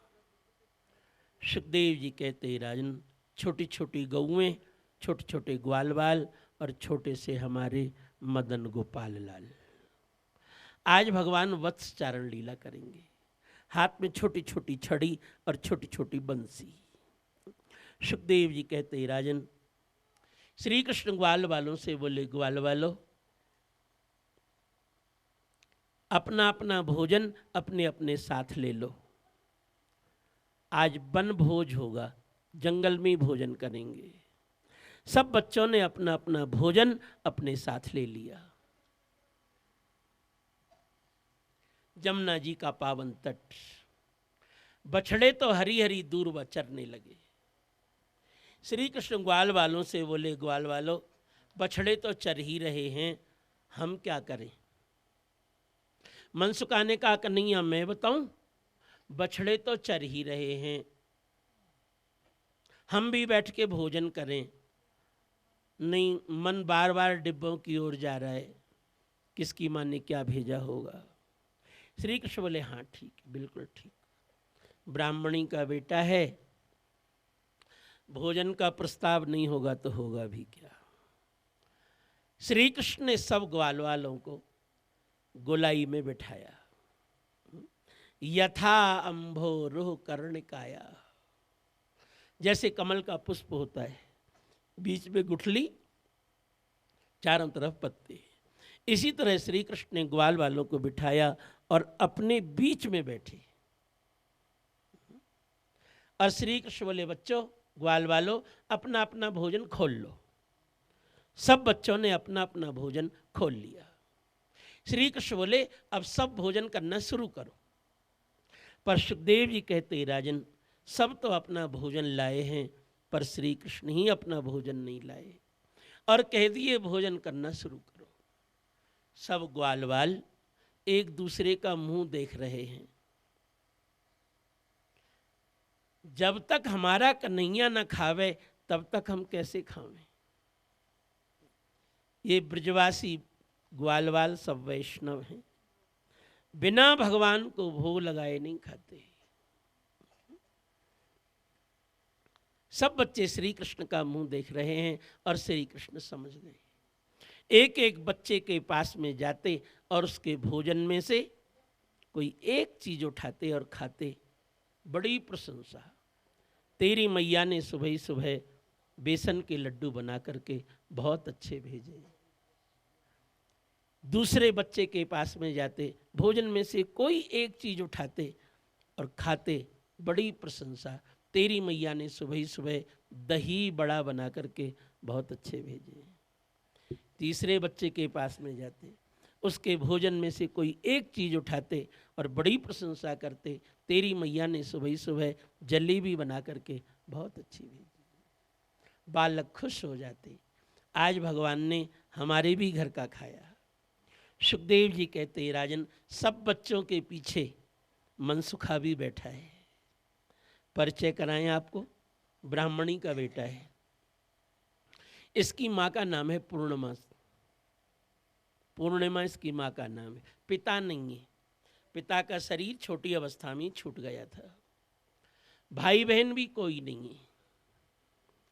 इसकी माँ पूर्णिमा दूसरों के घर में पूजा पाठ जैसा कुछ कराती है, कुछ लाती है और इसका पेट भरती है।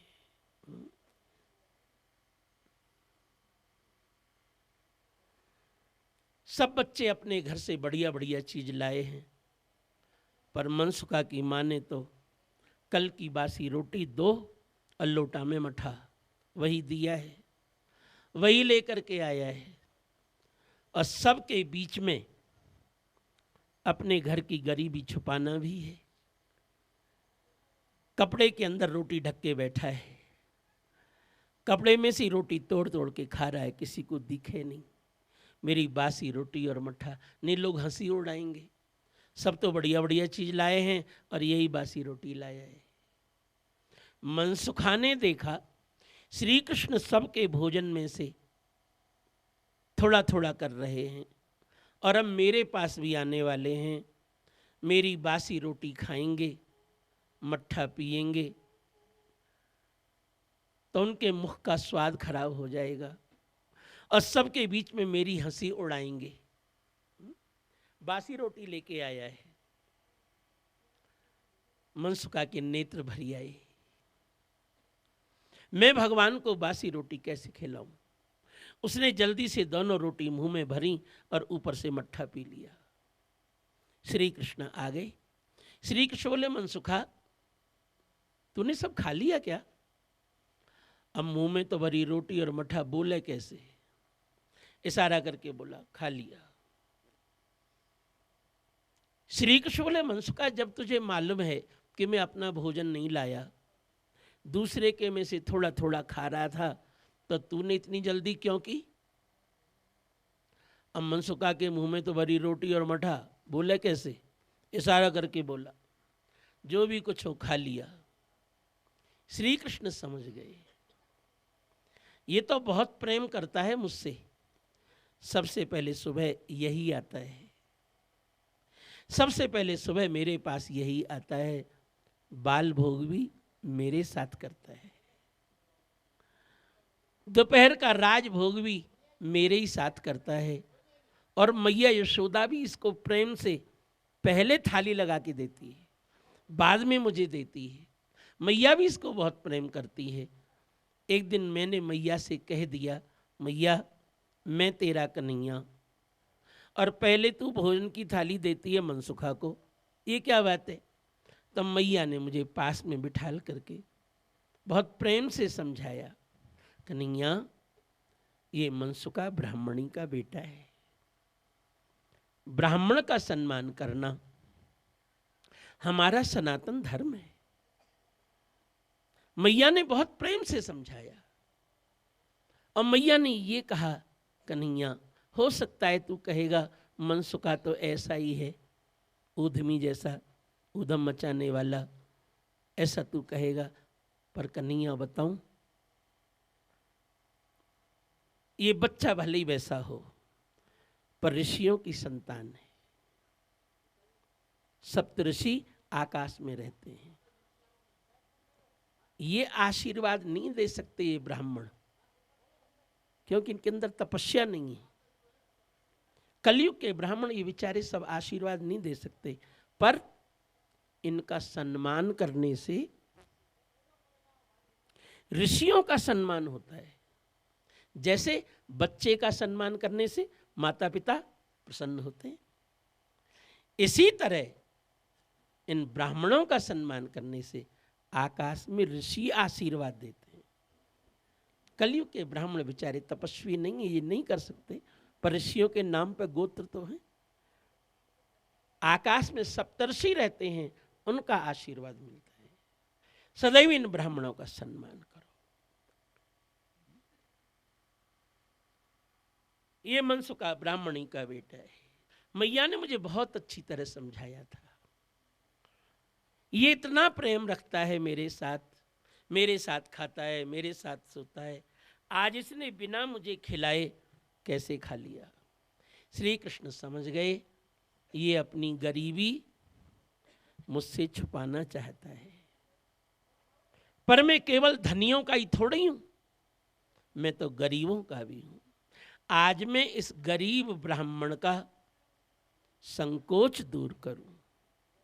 श्री कृष्ण ने मनसुखा के मुंह पर एक मुक्का मारा, और मनसुखा के मुंह से रोटी और मठा निकल के बाहर आ गया।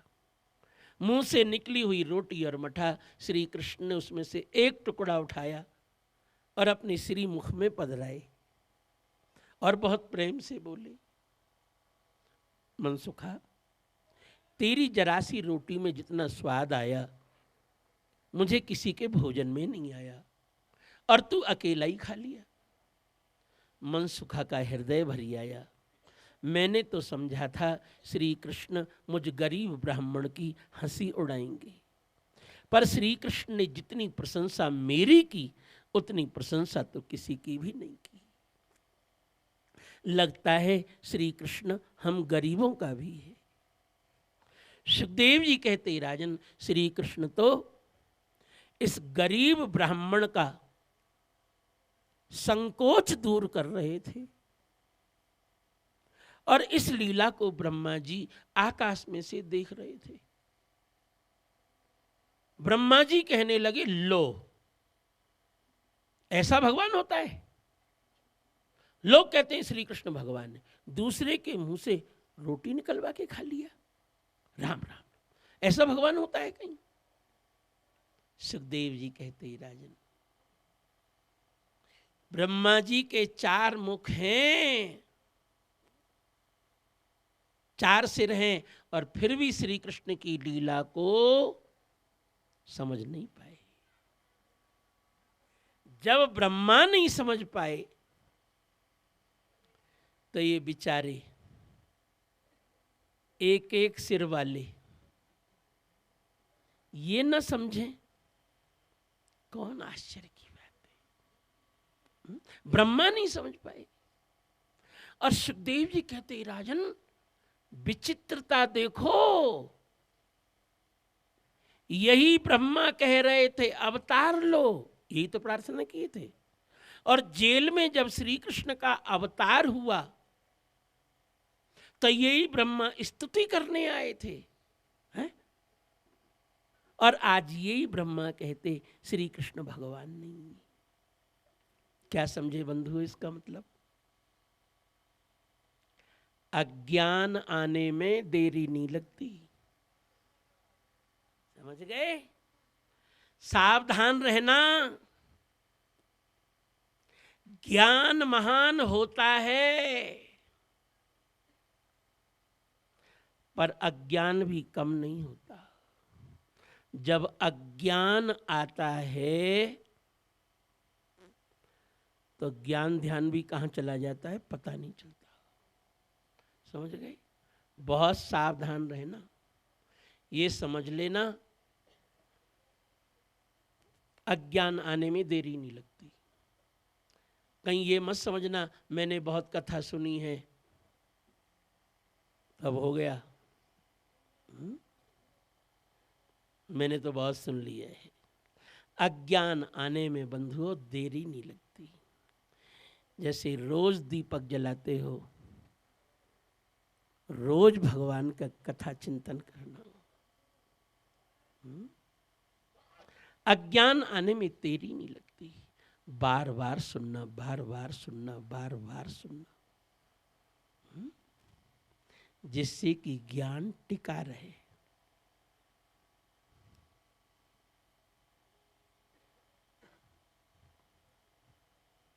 आटा छानते हैं, उसको क्या बोलते हैं? चालनी, छन्नी। छलनी में कितना भी पानी डालो निकल जाता है। पूरे शरीर में छिद्र ही छिद्र तो हैं, हाँ?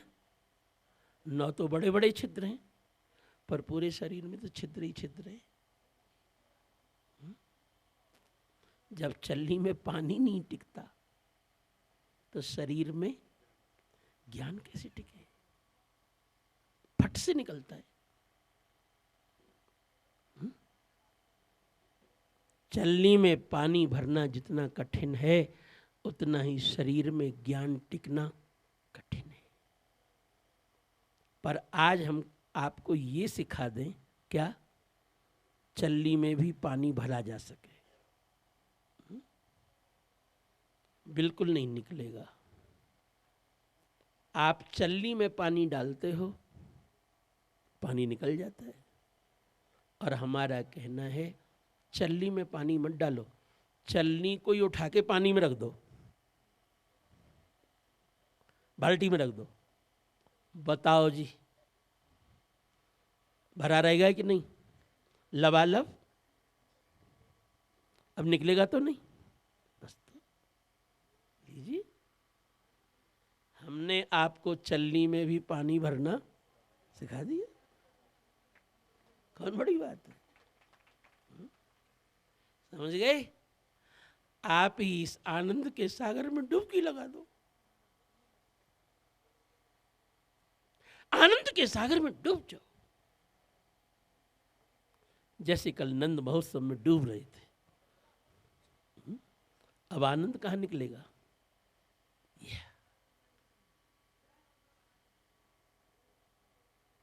तुम ही इसमें डुबकी लगा दो, कैसे निकल जाएगा? बहुत सावधान रहना। ज्ञान पानी से भी ज्यादा पतला होता है। ब्रह्मा नहीं समझ पाए और को तो बात छोड़ो। ब्रह्मा जी ने कहा मैं श्री कृष्ण की परीक्षा लूंगा। लगता है श्री कृष्ण भगवान नहीं है। ग्वाल बाल तो बैठे भोजन कर रहे थे, बछड़े चरते चरते दूर चले गए थे। ब्रह्मा जी बछड़ों के पास में आए और सब बछड़ों को मूर्छित करके गुफा में छुपा दिए। ग्वाल वालों ने कहा श्री कृष्ण हमारे बछड़े नहीं दिख रहे, हम बछड़े ले आवे। श्री कृष्ण बोले मैंने गुलाई में कितनी मेहनत से बिठाया है, तुम यहीं बैठो, सबके बछड़े में ले आऊंगा। श्री कृष्ण बछड़ा लेने के लिए चले गए। ब्रह्मा जी ग्वाल वालों के पास में आए और इनको भी मूर्छित करके गुफा में छुपा दिए। श्री कृष्ण को बछड़े भी नहीं मिले, लौट के आए तो ग्वाल वाल भी नहीं मिले। अरे ये क्या हुआ? बछड़े भी नहीं, ग्वाल वाल भी नहीं, अभी तो थे चोरों का सरदार मैं, और मेरा भी कोई गुरु आ गया। बताओ, चौराग्रगण्यम पुरुषम नमामि, मैं चौराग्रगण्य और मेरा भी कोई दादा चला आया। बताओ मेरी चोरी कौन हो गए? ब्रह्मा जी ने श्री कृष्ण ने नेत्र बंद की। अरे ये बूढ़ा ब्रह्मा, बताओ इसको बुढ़ापे में सूझा चोरी करने को? हाँ बताओ, क्या समझे आप? मैं लोगों से कहता रहता हूं क्या, जो कुछ करना है अच्छा चाहे बुरा अभी कर लो। जो कुछ करना है तुमको, अच्छा और बुरा अभी कर लो। जो कुछ करना है, बुढ़ापे में कुछ नहीं होगा। देख तो रहे हो, गोविंदाय नमो नमः। जो कुछ करना है अभी कर लेना चाहिए, बुढ़ापे का क्या ठिकाना है।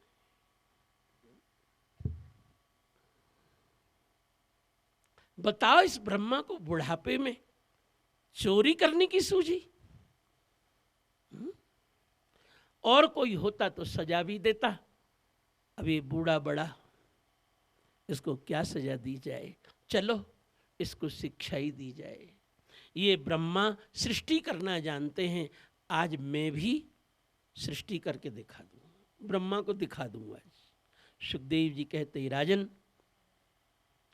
श्री कृष्ण अपने शरीर से सब ग्वाल बाल बछड़े निकाल दिए, जैसे थे वैसे ही। जो पूरे संसार को बनाता है, जो ब्रह्मा को भी बनाता है, ग्वाल बाल बछड़ा बनाने में कितनी देरी लगती, सब श्री कृष्ण के शरीर से निकल गए। और जैसे रोज लीला होती, आज भी वैसी ही लीला हो रही है, वत्सचारण लीला। ये लीला 1 साल तक चली। रोज बछड़ा चारने आते, रोज घर जाते, रोज जाते, 1 साल तक चली। 1 साल के बाद ब्रह्मा जी को होश आया, मैंने श्री कृष्ण के ग्वाल बाल बछड़े चुरा लिए। वो तो रो रहा होगा बेचारा। ब्रह्मा जी झांक करके देखे, श्री कृष्ण तो रो रहा होगा, मैं तो भूल ही गया था। और ब्रह्मा जी ने देखा वही ग्वाल बाल और वही बछड़े। अब गुफा में जाके देखे वही ग्वाल बाल और वही बछड़े। फिर वृंदावन में आके देखे वही ग्वाल बाल और वही बछड़े। गुफा में जाके वही देखे वही ग्वाल बाल वाले। ये क्या हुआ? ब्रह्मा जी की बुद्धि तो चकरा गई। श्री कृष्ण सोचे चलो बुढ़ापे में इसको भी शिक्षा दी जाए, ब्रह्मा को भी। वैसे भागवत में लिखी नहीं है, पर मैंने संतों से सुना है। भगवान ने सोचा ब्रह्मा को शिक्षा दी जाए। ब्रह्मा जी तो वृंदावन में ग्वाल वालों को देख रहे थे। और श्री कृष्ण ब्रह्मा बन करके ब्रह्मलोक में चले गए। ब्रह्मलोक में चले गए श्री कृष्ण ब्रह्मा बन करके। हाँ, ब्रह्मा जी तो वृंदावन में घूम रहे थे, श्री कृष्ण ब्रह्मलोक में पहुंच गए और ब्रह्मा जी बन गए। और जाकर के ब्रह्मलोक में सबसे बोले, सब नौकरों को बुला करके सेवक को, सुनो मैं ब्रह्मा देखो यहाँ बैठा हूँ, आराम से रह रहा हूँ। बाहर मैंने एक बहरूपिया को देखा था, वो भी मेरे ही जैसा रूप बना रहा था, कहीं तुम धोखे में ना पड़ जाओ, इसलिए मैंने तुमको बता दिया। यदि वो बहरूपिया आवे मेरा वेश बना के खूब कुटाई करना। श्री कृष्ण तो ब्रह्मा बन के बैठ गए ब्रह्मलोक में। ब्रह्मा जी गए वृंदावन की लीला करके ब्रह्मलोक में, और जितने पहरेदार थे सबने, आ गया बहरूपिया, आ गया बहरूपिया, आ गया बहरूपिया, सबने पकड़ा और पीटना शुरू किया। ब्रह्मा जी ने कहा ये क्या करते हो, मैं ब्रह्मा हूं ना। नौकर बोले हमारा ब्रह्मा तो अंदर बैठे हुए, हमको पहले ही मालूम था एक बहरूपिया घूम रहा है। और 2-4 झप्पड़ लगाए, बुढ़ापे में और आफत हो गई। ब्रह्मा जी सोचे ये क्या हुआ, ये कौन ब्रह्मा बन के आ गया, मेरे नौकरों ने मुझे ही पिटाई कर दी। ब्रह्मा जी बेचारे रोआ सा मुंह बनाई, पिटाई हुई थी, बाहर बैठे थे, क्या करें अब कहाँ जाएं। भगवान कृष्ण ब्रह्मलोक में ऊपर छत पे से झांके, जय श्री कृष्ण। ब्रह्मा जी ने देखा ये तो श्री कृष्ण ऊपर बैठे हैं, और ये समझ गए यही ब्रह्मा बन गए हैं। ब्रह्मा जी बोले क्षमा कर दो, मुझसे भूल हुई। श्री कृष्ण बोले यहाँ बात मत करो, वृंदावन में बात करूंगा, यहाँ बात मत करो, वहीं बात करूंगा। ब्रह्मा जी जितने ग्वाल बाल बछड़े चुरा के ले गए थे उनको फिर लेकर के आए, और जहां से श्री कृष्ण का दर्शन हुआ वहीं से साष्टांग प्रणाम शुरू। इसीलिए ब्रह्मा की स्तुति का प्रारंभ नौमी शब्द से हुआ। नौमीड्यते ब्रवपुषे तडिदंबराय कुंजावतंश परिपिच्छल सन्मुखाय वन्यस्रजे कवलवेत्र विषाण वेणुम लक्ष्मश्रिये मृदु पशुपांगजाय नौमीड्यते। ब्रह्मा जी साष्टांग प्रणाम कर